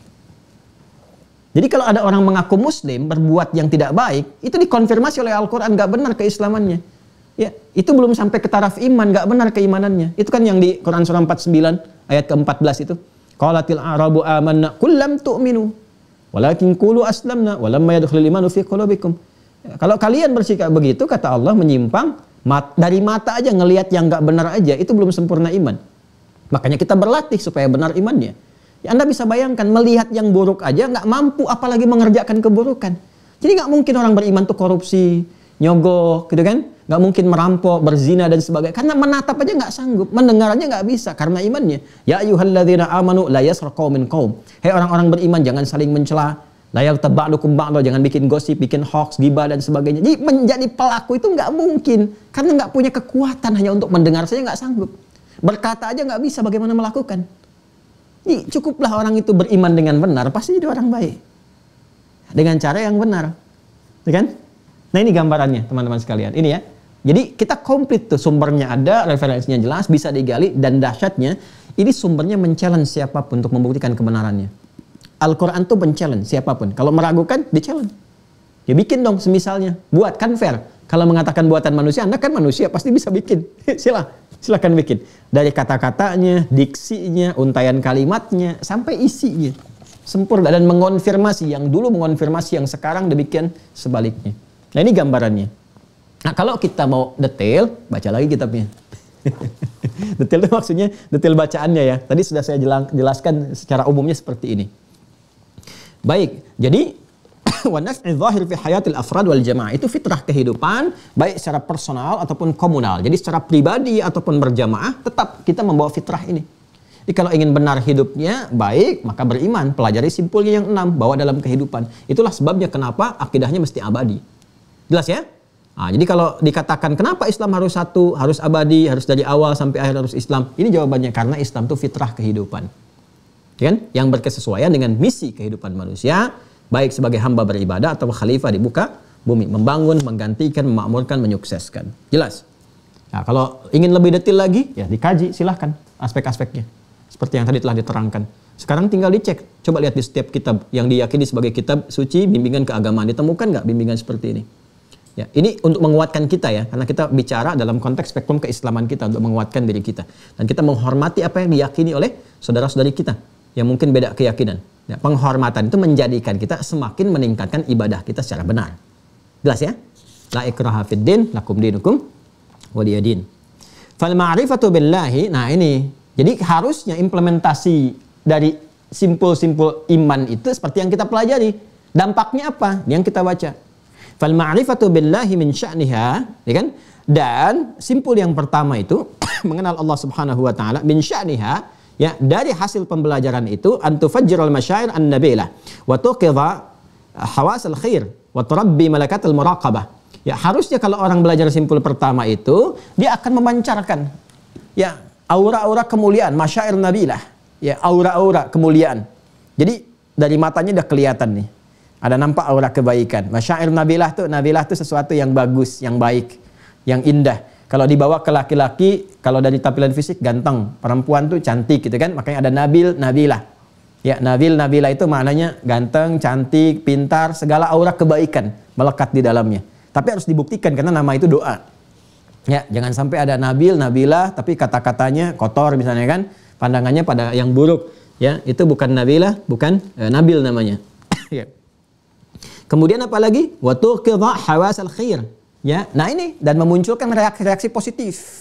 Jadi kalau mengenal Allah dengan baik, simpul pertama itu menjadikan setiap diri manusia itu akan punya pancaran kebaikan. Itu yang dalam bahasa Al-Quran nuruhum yas'a baina aydihim wa bi aymanihim. Yang saya sampaikan dulu. Masih ingat gak? Iman ada di mana? Di takwa kan? Takwa itu kumpulannya apa? Khair. Jamaahnya apa? Khairat. Jadi kalau beriman betul, konektivitasnya kepada Allah itu tinggi, cahaya keluar kan? Jadi orang baru melihat sosoknya saja. Ya mungkin belum ketemu, boleh jadi melihat dia. Ya apa mungkin sedang ceramah, lihat YouTube, lihat macam-macam. Itu baru ngelihat sosoknya atau baru dengar kadang-kadang, itu kesannya sudah berbeda. Ya, saya mau katakan pada Anda, nih Abu Jahal. Dah. Nabi Muhammad SAW. Coba lihat, baru saya sebutkan, dah kebayang. Jangankan ke level Nabi Muhammad, saya sebutkan Abu Bakar saja. Anak yang terbayang apa? Kebaikannya, kemuliaannya, nama tuh. Tapi Abu Jahal baru disebut, dah beda kita. Karena ada aura kebaikan, fitrah dalam hidup kita yang mencerna itu semua. Ya, jadi manusia itu kalau benar beriman, simpul pertamanya baik, itu akan memancarkan kemuliaan. Jadi disebut namanya muncul mulia. Itu yang dimaksud Quran surah 17 itu. Ya, ayat 70. Walaqad karramna bani Adam. Kami telah lekatkan berbagai kemuliaan kepada anak cucu Adam. Kapan dia menjadi mulia? Ketika beriman. Jadi iman itu memuliakan. Jadi kalau ada orang beriman tidak mulia, ada yang tidak sempurna keimanannya. Disebut itu semua positif. Ya, kita tuh berkeinginan kalau disebutkan nama Anda, nama saya, nama kita itu kesannya baik gitu. Kesannya positif, ya. Ya memang tidak semua manusia itu akan seperti itu. Ada saja tantangan-tantangannya. Ada lawan, ada kawan. Cuma Nabi Muhammad SAW yang disebutkan baik lawan ataupun kawan semua menilai positif. Dengan penilaian walaupun tindakannya bisa berbeda. Abu Jahal itu kontra Nabi betul. Makanya disebut Jahal. Ya, pengikutnya menyebut Abul Hakam, tapi sejarah menetapkan Abu Jahal. Bukan, itu Abu Jahal. Karena semua yang tampak itu ditentang, tapi hatinya nggak bisa mengingkari. Bang Muhammad benar, cuman bagi saya tetap salah. Itulah Abu Jahal.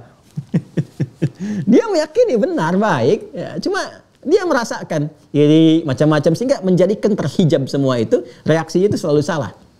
Ya, itu yang digambarkan. Jadi orang-orang yang benar simpul pertamanya maka akan memancarkan aura kebaikan. Nggak harus menjadi ustadz, kiai atau macam-macam, siapapun, karena ini sifatnya abdun, hamba. Jadi kalau kita benar menghamba kepada Allah, Anda mungkin nggak kenal figurnya. Tapi ketika Anda melihat orang itu rajin ke masjid, rajin ngaji, lain kan cara melihat kita. Karena konektivitas kepada Allahnya tinggi. Coba lihat sekitaran kita tuh. Orang-orang laki-laki, perempuan. Yang perempuan lihat perempuan. Yang laki-laki lihat laki-laki. Jangan ditukar. Ya kan? Silahkan cek. Begitu ada rajin misalnya ke masjid tuh. Rajin, kelihatan. Terus lihat Anda di setiap waktu sholat itu i'tikaf sejenak, baca Quran. Itu auranya berbeda.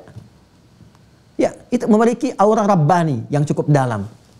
Nah, pandangan kita pun berbeda, apalagi kalau dia membawa pesan-pesan itu. Ya, dari kalangan ustadz misalnya atau yang lain-lainnya, sepanjang benar itu membawa iman-iman yang benar dapat. Tapi kalau menyimpang, walaupun dia ustadz atau yang lainnya bergeser dari sini, menyalahi konsep ibadah, menyalahi itu kesannya yang terbangun akan kontraproduktif, akan beda. Ya, ini yang pertama kan. Kemudian wa turabbi malakatal muraqabah.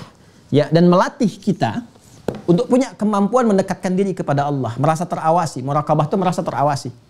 Ya, jadi terjaga mau bertutur kita merasa didengar oleh Allah, malu kalau berkata yang jelek. Mau bersikap yang buruk merasa terawasi, itu yang disebut ihsan namanya. Ya, kalau sudah terakumulasi jadi ihsan. An ta'budallaha ka'annaka tara fa in lam takun tarahu fa innahu yarak. Itu yang di hadis Muslim nomor hadis ke-8 itu. Jadi kalau sudah ada ihsan itu enggak perlu CCTV. Ya, bekerja itu ya. Ini saya kasih rahasia ya. Di antara kita aja nih subuh ini nih. Kalau Anda punya karyawan, latih menjadi ihsan. Ya, maka kos Anda untuk mengelola perusahaan akan lebih ringan. Anda gak butuh CCTV, ya supervisor itu bisa berkurang, paling-paling pada masalah teknis aja, bagaimana pekerjaan bisa berlangsung baik. Tapi kosnya akan lebih ringan, karena minim konflik, bekerja dengan baik. Kalau pekerja semua ihsan, maka latih akidah di pekerjaan itu. Ya, supaya menjadikan pribadi yang ihsan. Kalau sudah ihsan, anta'budallaha ka'annaka tarah. Jadi orang-orang itu bekerja sebagai ibadah, puncaknya sebagai ibadah dan merasa diawasi oleh Allah. Kalau merasa diawasi oleh Allah, jadi muhsin semua, muhsin yang baik, yang ihsan. Itu nggak ada pencurian, arah-arah untuk korupsi, nyogok-menyogok, karena merasa malu kalau bekerja nggak optimal, bukan karena bosnya, Allah menyaksikan, melihat, memandang, mengawasi dan sebagainya. Nah, orang kalau belajar simpul iman yang pertama satu saja, lillah. Al-imanu billah, kalau benar simpul itu, udah. Baiknya itu betul-betul baik. Nah, sekarang kita cek, beriman nggak? Ayo, saya, Anda, kita semua beriman nggak? Kalau beriman, cek simpulnya. Sinyal 6 sinyal ini kan Anda kalau ada handphone kan ada sinyal 1, sinyal 2, 3, 4 kan itu kan. Coba lihat tuh. Di kehidupan kita aja kan, coba handphone lihat. Sinyalnya lemah, dari mana tahu lemah? Cuman segaris. Kan? Sampai sekarang tuh. Ya, dari 3G, 4G, dan seterusnya sampai ke atas. Coba lihat sinyalnya ke atas. Ada sinyalnya nggak? Ada yang ke atas gini, ada yang ke samping gini kan? Dari kecil 2, 3. Itulah sinyal iman itu 6 tuh. Simpul kita tuh. Ya, coba dicek. Makanya kuatin sinyalnya. Kalau masih lemah, kuatkan. Belajar lagi, kan? Tentang tauhid simpul pertama sehingga memancarkan itu. Ya, kemudian apa lagi? Kemudian wa tab'as ala talabi ma'alil umur wa asyrafiha wa tan'abil mar'i ala muhaqqaratil a'mal ya wa safsafiha. Dan teman-teman sekalian yang wasafafiha, dan seharusnya yang terjadi adalah kalau benar beriman kepada Allah, maka tadi ada aura-aura kebaikan, terjaga dalam kemuliaan, dan selalu termotivasi untuk mengerjakan yang baik. Dan terjauh dari segala-segala yang buruk. Bahkan bukan muhaqqaratil amal saja, hal-hal yang hina, pekerjaan-pekerjaan yang hina. Ya, tapi juga yang safafiha, sesuatu yang ya bahasa-bahasa kekinian yang tidak harus dilakukan gitu kan, yang meruntuhkan kehormatan. Ya, yang menghadirkan, ya kalau bahasa saya nggak sanggup ya berkata karena nggak bisa menghadirkan kata-kata yang kurang baik itu ya, walaupun kita ingin menyontohkan istilah ya, intinya yang tidak terhormat lah, mengurangi kehormatan kita walaupun tidak langsung dosa tapi mengurangi marwah. Ya, bapak misalnya ibu usia 50 tahun ya kan, ya mau jalan-jalan pakai sepeda bagus, tapi pakai sepeda cucu Anda yang 5 tahun dosa sih enggak, tapi meruntuhkan kehormatan. itu yang disebutkan pekerjaan yang menurunkan kehormatan. Jadi kalau orang beriman, imannya benar itu mengerjakan yang baik sekaligus menghindari hal-hal yang bisa menurunkan marwahnya, walaupun belum tentu menghadirkan dosa seketika, tapi bisa menjadikan peluang dosa bagi yang lain. Ya kalau kita lihat misalnya ada kakek usia 60 tahun pakai sepeda cucu yang 6 tahun keliling komplek, dia dosa sih enggak, cuma orang lain nanti akan berpeluang berdosa. Ya ada yang gibah, ada yang mencibir, ada yang macam-macam. Nah itu yang menghadirkan dosa, itu menghindarkan muruah itu. Ya. Kemudian kalau kita baca cepat, wal ma'rifatu bil malaikah, sedangkan nanti menguatkan, mengetahui, mempelajari simpul kedua tentang malaikat, tad'u ila tashabbu bihim wa ta'awun ma'ahum 'alal haqqi wal khair. Ya, jadi akan menghadirkan motivasi kepada kita untuk meneladani kemuliaan-kemuliaan malaikat itu. Masih ingat kan? Malaikat kan penciptaan jiwa materinya kan takwa. Ya kan? Sifatnya kan takwa, materinya cahaya, sifatnya takwa. Kan diciptakan dari nur. Sedangkan kita beriman meningkatkan nur. Nuruhum yas'a baina aydihim wa bi aymanihim. Kita beribadah untuk meningkatkan takwa. Sedangkan sifat malaikat diciptakan dari takwa. Apa pancaran takwa? La ya'sunallaha ma amarahum wa yaf'aluna ma yu'marun. Quran surah 66 ayat yang ke-6 itu. Jadi enggak bermaksiat. Jadi kita dengan mengetahui malaikat, meneladani malaikat yang enggak pernah maksiat. Wa nahnu nusabbihu bihamdika wa nuqaddisu lak, meningkatkan tasbih, tahmid, takdis kepada Allah, ya kan? Ya, meningkatkan penyembahan kepada Allah, menghadirkan sifat-sifat mulia, ya, menghilangkan sifat-sifat maksiat, menunaikan tugas dengan cara yang benar, wa yaf'aluna ma yu'marun. Kalau bekerja, ya, tunaikan sesuai dengan tupoksi dan sebagainya. Itu. Kama tad'u ila al-wa'yi al-kamil wal yaqdhah at-tammah fala yasduru min al-insani illa ma huwa hasan. Wala yatasarrafu illa li ghayatin karimah. Jadi kalau sudah begitu meneladani malaikat dengan cara yang baik, sifat-sifat mulianya, maka insya Allah dihadirkan sifat-sifat baik yang tidak akan memberikan peluang hadirnya sifat-sifat buruk dalam kehidupan.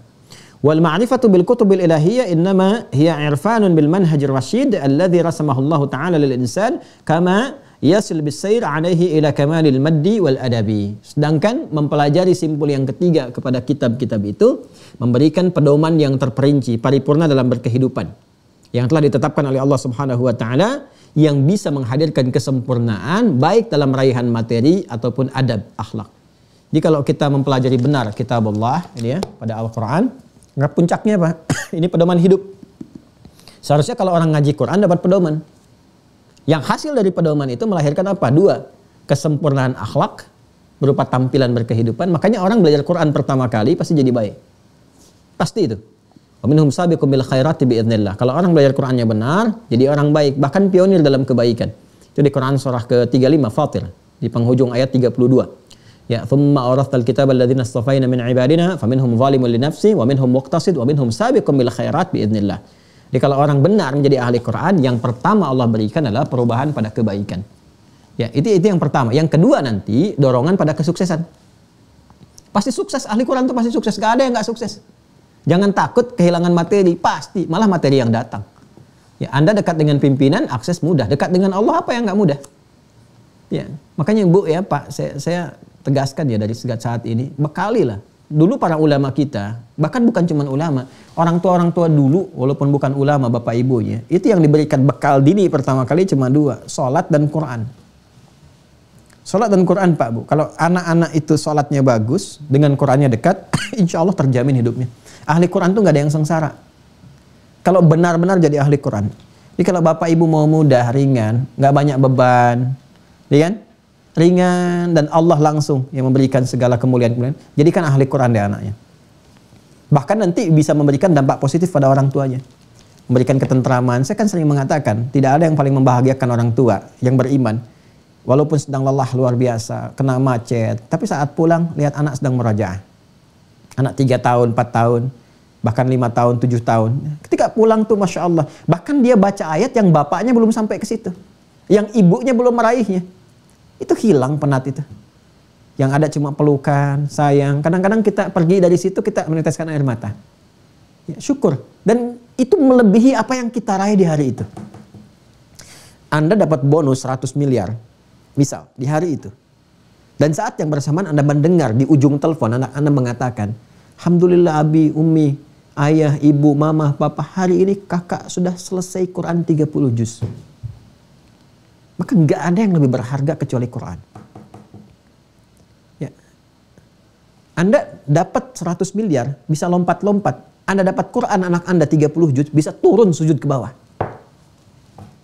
Ya. Dan harunya itu bukan sehari 2 hari. Anda bisa susul itu. Datangi, siapkan rumah ditata dan sebagainya, disambut, Masya Allah. Dan harunya nggak ada seperti sambutan haru yang melebihi itu. Ya, nggak ada saat Anda dapat ini, aset ini, naik pangkat jabatan, nggak ada. Karena itu Quran itu luar biasa. Kenapa? Karena fitrah. Dan pasti terjaga. Ya, terjaga. Jadi ada investasi cerdas bagi insan beriman itu. Dua ini aja, 2. Ya. Kadang-kadang nanti kalau kita serius, itu Allah tuh Masya Allah membalas dengan sangat adil. Lelah itu biasa, pasti capek, lelah. Itu biasa. Semua orang lelah kok. Latarkabunna tabaqan am tabaq. Semua lelah. Bahkan yang nggak beriman pun sudah lelah. Ya, sekarang aja bermaksiat sudah lelah, terus ngapain maksiat? Sekarang mencari yang haram aja sekarang sudah ketat saingannya, terus ngapain ngerjain yang haram? Kalau yang halal masih terbentang. Jelas ya? Nah, itu gambarannya teman-teman sekalian. Jadi puncaknya dunianya tuh nggak akan kehilangan ya. Dan akhlak tuh pasti akan mulia. Jadi ini dari sekarang. Jadi, dan itu sudah banyak buktinya dalam kehidupan. Saya pernah katakan pada Anda, saya itu pernah jadi Amirul Hajj, ditunjuk oleh kedutaan Saudi sekitar 3 tahun lalu, sekarang udah 2022, sekitar 3 tahun lalu.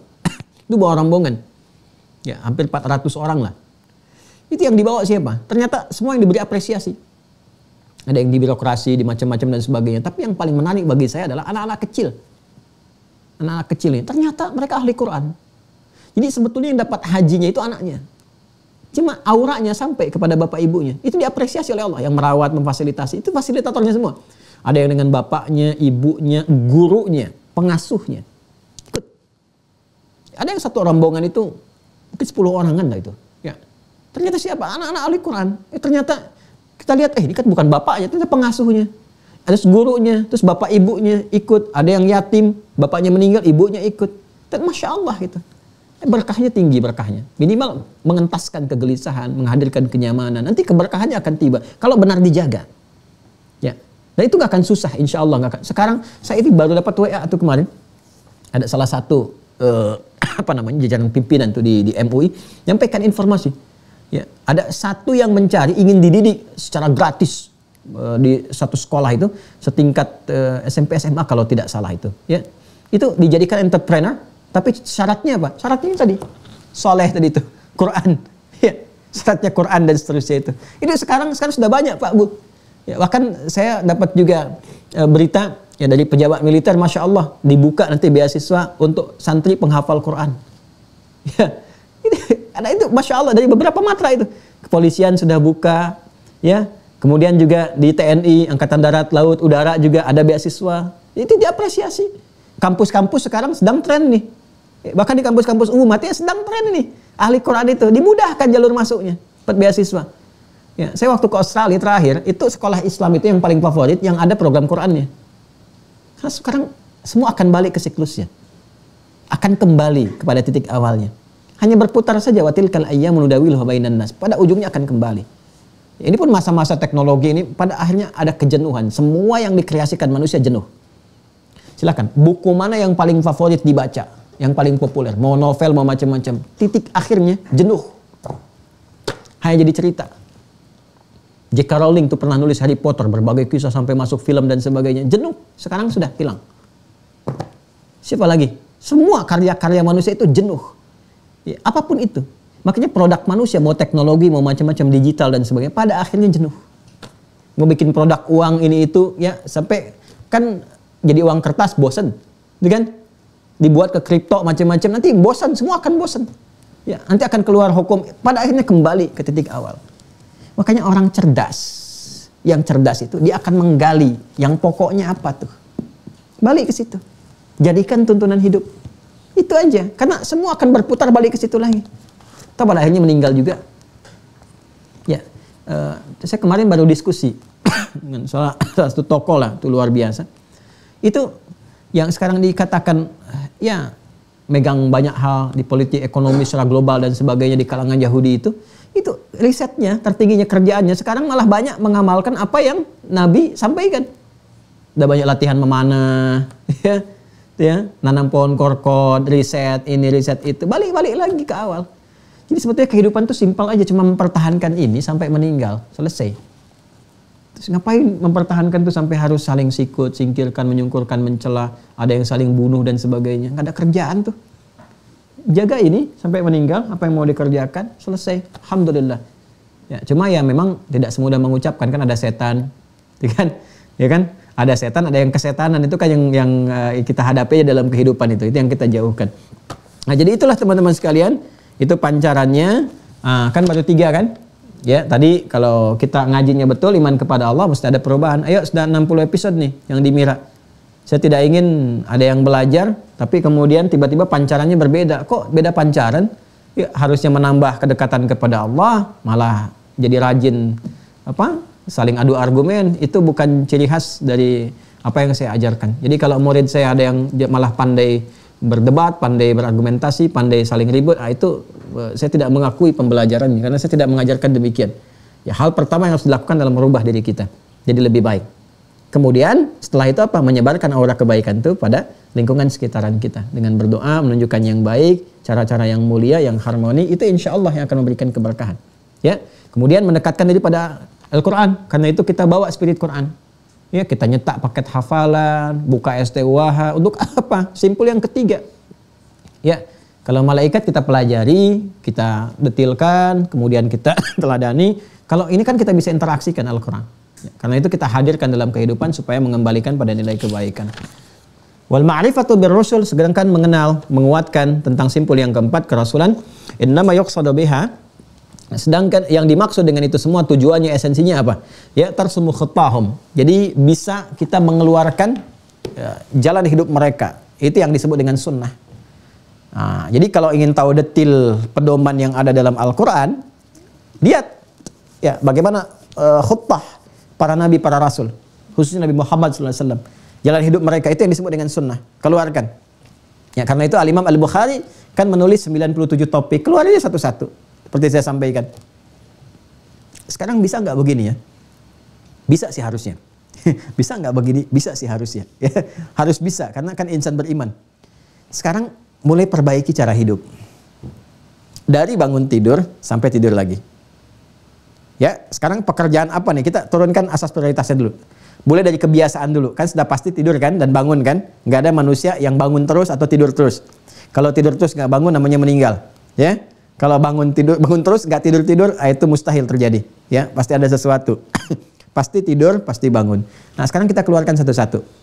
Dari bangun tidur apa tuntunannya? Ya, keluarkan aja. Terus biasakan. Nggak harus menghafal dalil. Kecuali dalil tentang doa yang dibaca. Ikutin aja. Niatkan untuk mengikuti ini. Saat yang bersamaan ini sudah jaminan. Laqad kana lakum fi Rasulillahi uswatun hasanah. Sudah jaminan. Kalau Anda ikuti saat yang bersamaan, dituliskan jadi pahala. Ini baru perkara bangun, Pak, Bu. Dan dalam Islam, itu bukan remeh-temeh. Semua yang ada dalam Islam itu besar. Jangan dianggap kecil. Ya, karena ini sesuatu yang besar, membangun kebesaran. Makanya tawarannya bagi ingin yang menjadi besar, sukses, baik. Ya, coba ikuti cara bangun tidur seperti apa. Ya, cara berjalan, cara berpakaian, cara memasuki tempat-tempat tertentu, antara masuk dengan keluar, cara bersikap, cara makan, ikuti aja dulu satu-satu.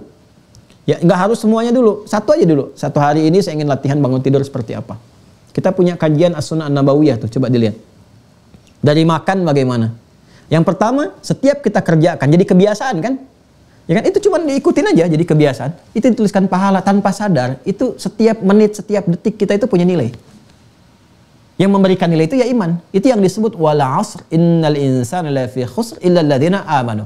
Ya, ketika dikerjakan jadi amal soleh. Itu mengerjakan amal soleh yang rutin tanpa kita sadari. Jadi bukan rutinitas lagi, tapi sudah membentuk amal soleh. Itu satu keuntungannya. Ya. Saat yang bersamaan, yang kedua, jadi teladan.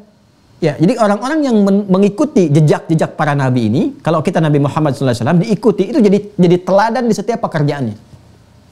Gak percaya silahkan dalam sikap ya. Jalannya Nabi Anda ikuti. Ya, diikuti aja. Sifatnya, karakternya, interaksinya. Saat yang bersamaan, demi Allah saya katakan, Anda akan menjadi teladan dalam bersikap. Ya, orang-orang tuh menilai Anda baik. Ya baik, jadi role model dan sebagainya. Itu dalam sikap. Nanti puncaknya dalam passion. Pekerjaannya apa nih sekarang? Kalau ibu keluarkan di istri Nabi, ya istri Nabi dikeluarkan. Nanti akan kelihatan tuh yang tipikalnya mirip-mirip dan sebagainya. Makanya saya katakan kenapa Nabi diizinkan menikah dengan lebih daripada 4 perempuan, 4 istri, itu mewakili karakter-karakter perempuan di bumi. Akan kelihatan. Yang mirip Sayyidah Aisyah, yang cekatan, yang gesit, yang senang pengetahuan. Ada perempuan yang senang pengetahuan, ya, yang gesit dan sebagainya. Seperti Sayyidah Khadijah yang mensupport suami sepenuhnya, tanpa ini itu, kan? Tanpa banyak melahirkan kegundahan, kegelisahan, malah menenangkan. Support apa aja, dia bekerja supportkan ke suami. Ada yang begitu. Ada yang seperti Sayyidah Saudah binti Zam'ah, kan? Walaupun usianya sudah senior, gitu kan? Tapi perhatiannya dalam, memberikan sesuatu yang bijak. Ya bimbingan-bimbingan dan ada yang seperti itu. Nanti setiap karakter itu akan dibutuhkan. Anak-anak butuh kebijakan, ya kadang-kadang suami juga butuh ketenangan, kenyamanan dan sebagainya. Itu akan saling melengkapi dalam kebaikan-kebaikan. Nah, tinggal lihat passionnya di mana. Ya, nggak ada yang lepas dari bimbingan dalam Islam. Anda berbisnis ada Kitabul Buyu'ah. Diplomasi, birokrasi sampai pemerintahan, Kitabul Imarah, ada semua. Ya, tinggal dikeluarkan aja. Nah, jejaknya di mana? Jejaknya miniasinya di kehidupan para nabi rasul. Makanya selain Al-Quran kan kita ada sunnah. Ya, kan dua kan? Al-Quran sunnah, Al-Quran sunnah. Al-Quran pedoman utamanya, sunnah prakteknya. Tinggal dilihat. Tinggal nanti disesuaikan dengan keadaan kita sekarang. Substansinya serupa, walaupun nanti ruangnya berbeda. Ya, itu indahnya. Wa takhalluq bi akhlaqihim, ini yang tadi saya sampaikan, dan meneladani bagaimana perilaku mereka. Ya, wa ta'assa bihim bi'tibari annahum yumathiluna al-qiyam as-salihah wal haya an-nadhifa allati aradaha Allahu lin-nas. Ya. Jadi kita bisa menyontoh bagaimana kemuliaan kehidupan mereka dari kebersihannya, kesolehan mereka, kemuliaan perilakunya dan sebagainya. Jadi intinya bagaimana kita membawa citra itu melekatkan pada diri kita semampu yang bisa kita lakukan. Wal ma'rifatu bil yaumil akhir hiya aqwa ba'its 'ala fi'lil khair. Aqwa ba'itsin 'ala fi'lil khair wa tarkis syirri. Sedangkan simpul yang kelima, mempelajari hari akhir itu adalah motivasi terkuat untuk terus meningkatkan kebaikan dan meninggalkan keburukan. Harus dimotivasi. Ya. Karena itu yang dihadirkan tentang yaumul akhir itu kan surga, neraka, kan? Surga, neraka, surga untuk motivasi mengerjakan kebaikan, neraka-neraka itu yang disampaikan info-infonya sebagai satu dorongan yang kuat pada jiwa kita untuk meninggalkan segala keburukan. Jadi kalau sadar itu, ya. Tapi kalau misalnya nggak belajar simpul yang kelima, nggak belajar tentang hisab, dahsyatnya hisab, menegangkannya suasana saat yaumul mahsyar, itu nanti perasaannya biasa. Kenapa? Karena nggak tahu. Ya, kalau nggak diberitahu tentang bahaya sesuatu, kan jadi nyantai. Coba Anda jalan ya, jalan di jalan biasa, nggak dikasih tahu kalau di situ ada 5 singa yang sedang lapar. Anda santai aja, ya. Tiba-tiba di belakang, oh apa sih? Ya, tahu-tahu singa. Ya kan?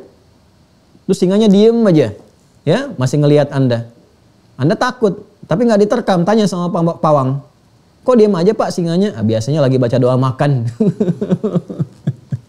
Misal ya, ini ya canda aja. Saya mau katakan bahwa apa? Saya mau katakan bahwa orang yang nggak tahu ada bahaya cenderung santai. Nggak tahu ada lubangnya santai aja, tiba-tiba kepleset, jatuh. Ya kan? Dan seterusnya. Jadi hal-hal yang demikian itu bisa kita hindari dalam kehidupan. Sama persis. Orang yang tahu tentang dahsyatnya hisab. Kali-kali ngaji tuh tentang suasana kiamat. Di hisab itu bagaimana. Keluarin ayatnya. Baca hadisnya. Anda kerja di mana? Urusan keuangan tuh bahaya itu. Ya kalau nggak bisa ngelola dengan baik. itu banyak hadisnya lah. Amanah kedudukan tuh bahaya kalau nggak bisa ngelola dengan baik. Dan seterusnya. Ya. Nah ini kalau kita turunkan. Allahu Akbar. Saya tuh kadang-kadang suka. Kalau ngeluarin ayat-ayat Quran ya. Tentang bagaimana suasana-suasana itu tuh. Itu ngeri gitu. Ngeri. Kalau kita nggak waspada dari sekarang itu. Tapi kalau sudah kita tahu ilmu dan sebagainya. Ada ketentraman dengan cara yang benar. Ya.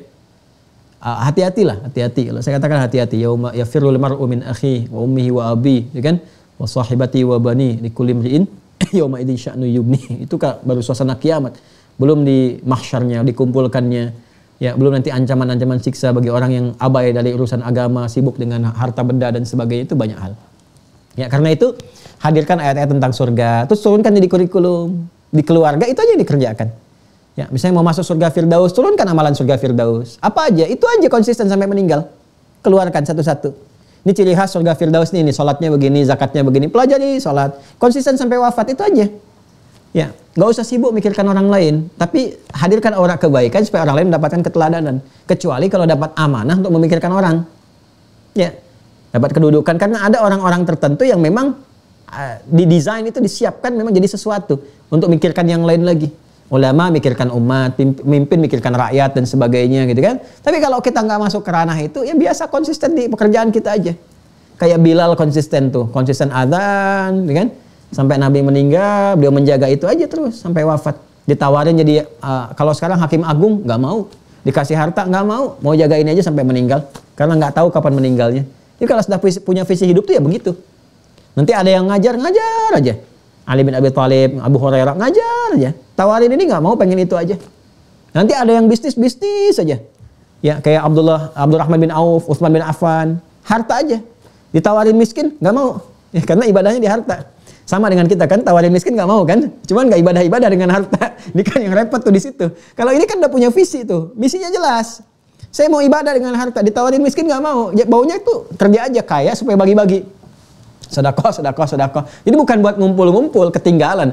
Ya, kalau kaya untuk ria, wah itu sudah gagal total lah itu ya. Sudah nggak ada nilai. Ini tuh kayaknya memang kaya untuk berbagi. Ya, ada yang di kedudukan aja. Kedudukan supaya menebarkan aura kebaikan. Ada yang di militer, macam-macam. Di apa sih yang mau dikerjakan? Anda tuh mau jadi apa sebetulnya? Mau jadi apa? Dari sekarang disiapin. Jangan sampai udah dewasa, udah senior, udah usia ini, tapi belum jelas, belum tahu hidupnya mau kemana. Masa udah dikasih 50-60 tahun belum tahu hidupnya mau ngapain? Ya, harus kita petakan kan. Nanti wariskan itu pada anak cucu sebagai legasi yang terbaik. Jadi jariah setelah itu. Ya, pada akhirnya akan pulang. Seperti kita diperlihatkan ada yang wafat setiap hari. Baginya. Ya. Terakhir wal ma'rifatu bil qadari tuzawwidul mar'a biquwa wa taqat tatahadda kullal aqab was sa'ab wa tusaghir dunaha al ahdath al jasam. Allahu akbar. Dan mengetahui simpul yang terakhir yang keenam itu membuat kehidupan kita lebih tenang, lebih nyaman, lebih mudah mengatasi persoalan, ya kan? Ketemu macet, ya sudah nggak usah gelisah. Ngapain klakson nggak jelas, menggerutu ini dan itu tetap macet juga.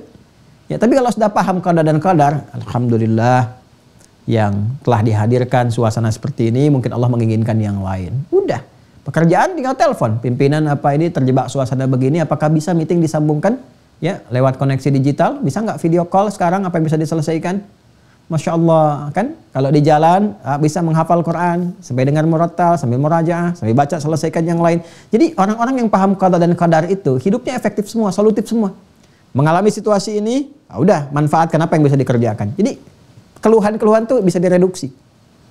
Bahkan nggak muncul, apapun itu. Dan ini bahasanya indah sekali. Wa tusaghiru dunaha al-ahdath al-jassam. Jadi bisa mengecilkan segala yang besar-besar itu. Walaupun tetap jadi tantangan tapi terselesaikan. Ya, dan ringan, enggak mengeluarkan satu respon yang melahirkan sifat-sifat negatif. atau sikap-sikap yang kontraproduktif. Jadi wajar, karena itu tantangan juga. Ya, tantangan. Saya mencari diksi tantangan dibandingkan dengan hambatan. Ya, ada begini, oh ini tantangannya. Sudah, kalau sudah begini apa yang harus dikerjakan? Pak, ternyata hasilnya begini, Pak. Oh gitu ya. Gak bisa direvisi? Gak bisa, Pak. Sudah terjadi. Ya sudah, kalau sudah terjadi ya sudah. Sekarang apa yang bisa diselesaikan? Ya sudah. Gak bisa diulangi kembali. Sudah. Dari situ apa pelajaran yang bisa diambil? Jadi enak gitu semuanya itu. Ya, tapi kita bisa lihat apakah ini sengaja atau tidak sengaja kejadiannya atau dilihat begini begitu. Jadi proporsional semuanya. Itu pentingnya belajar qada dan qadar. Jadi menjadi apapun itu bisa lebih ringan dan proporsional dalam bersikap. Baik di rumah tangga, sosial dan sebagainya, semua belajar. Oh melihat begini, bijak kita bersikapnya. Oh berarti seperti ini penanganannya. Ini seperti ini. Nah ini terutama para di ulama, ustadz itu penting karena nggak semua jamaah itu punya karakter yang sama. Kadang-kadang ada yang begini, ada yang begitu dan sebagainya. Dan jamaah juga penting. Kalau belajar qada dan qadar bisa bersikap kepada ustadz dengan cara yang baik. Ya. Nah, jadi bisa melihat tuh secara proporsional. Nah, itulah kurang lebih gambarannya. Itu yang kita bahas di pertemuan saat ini. Terima kasih atas segala perhatiannya. Mohon maaf kalau ada yang kurang berkenan. Semoga menjadikan introspeksi untuk kita semua menjadi lebih baik. Allahumma taqabbal minna innaka antas sami'ul alim wa tub 'alaina innaka antat tawwabur rahim. Allahumma ya Allah ij'alna minal mu'minina haqqan, ij'alna minal muslimina haqqan, ij'alna minal muttaqina haqqan, ati anfusana taqwaha wa zakkiha anta khairu man zakkaha anta waliyuha wa maulaha. Allahumma ij'alna min ahlil Qur'an waj'alna al-Qur'ana ya Allah sahiban lana fid dunya wa syafi'an lana fil akhirati ya arhamar rahimin waj'alna min atba'i sayyidina Mustafa Muhammad sallallahu alaihi wasallam ila yaumil qiyamati ya Allah biridhaka wa bihubbika ya arhamar rahimin. Wa sallallahu ala sayyidina Muhammad wa ala alihi wa sahbihi ajma'in wa akhiru da'wana subhanakallahumma bihamdika asyhadu an la ilaha illa anta nastaghfiruka wa natubu ilaik. Alhamdulillahi rabbil alamin. Assalamualaikum warahmatullahi wabarakatuh.